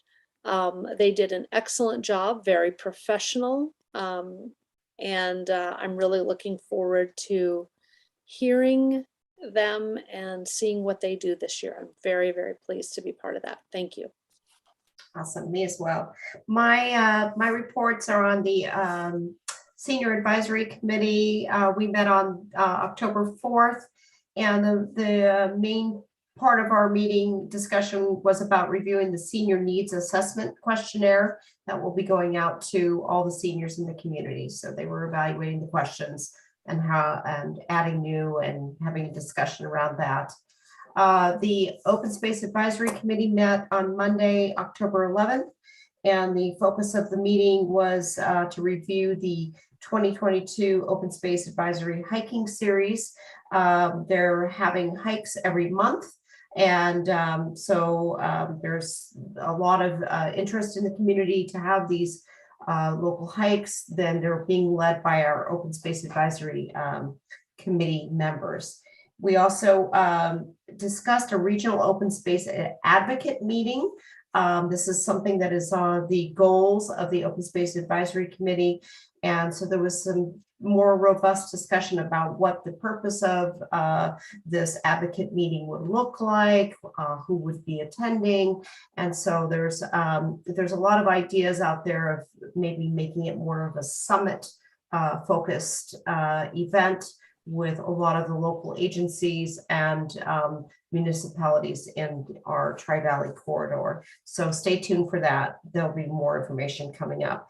And then we received a presentation by Bob Peoples, who's a committee member on the 2021 Open Space Plan update. And he's putting together a report that we will all be receiving probably in December or January on the open space that we're earmarking and how we're going to be looking forward to managing our open space.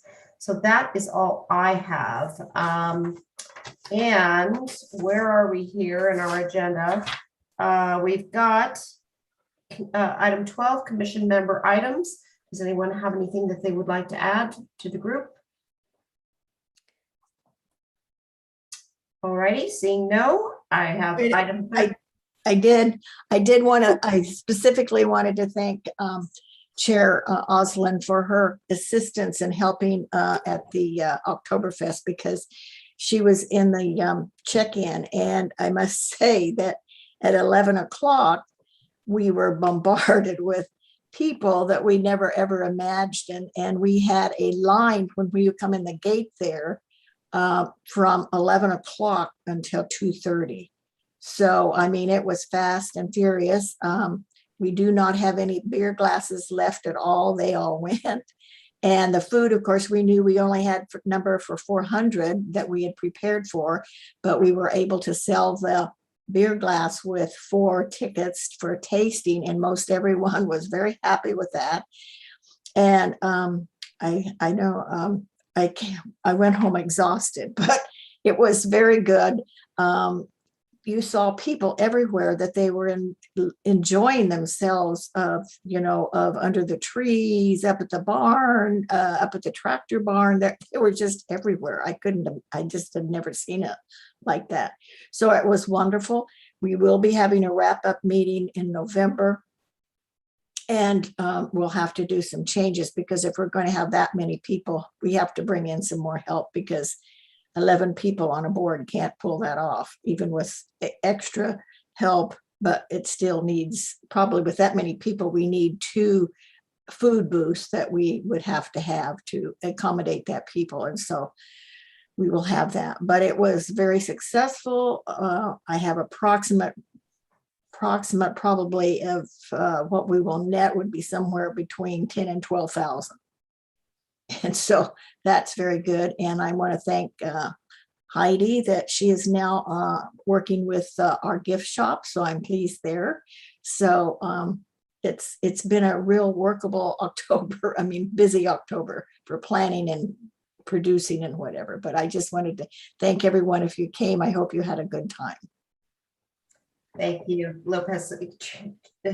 I'm tired too, Commissioner Lopez. This has been a very long meeting, and thank you all for just sitting, bearing with us. I thought about maybe having a break here and there, and I thought, well, we're almost done, but next time we'll probably, I'll put a break in there so we can get a little breather. But I just want to thank all of the commissioners. We've got more activities coming up. The Durga Puja last weekend was very well attended, and Commissioner Mitra was very instrumental in pulling that off. We have the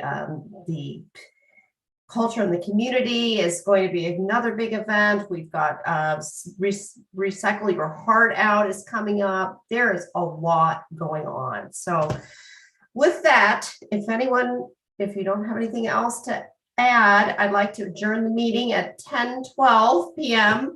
Thank you for enduring our long meeting and for all your input and enthusiasm for our community. So good night, everybody, and congratulations, Commissioner, Vice Chair Keniston Lee. Have a great rest of your week.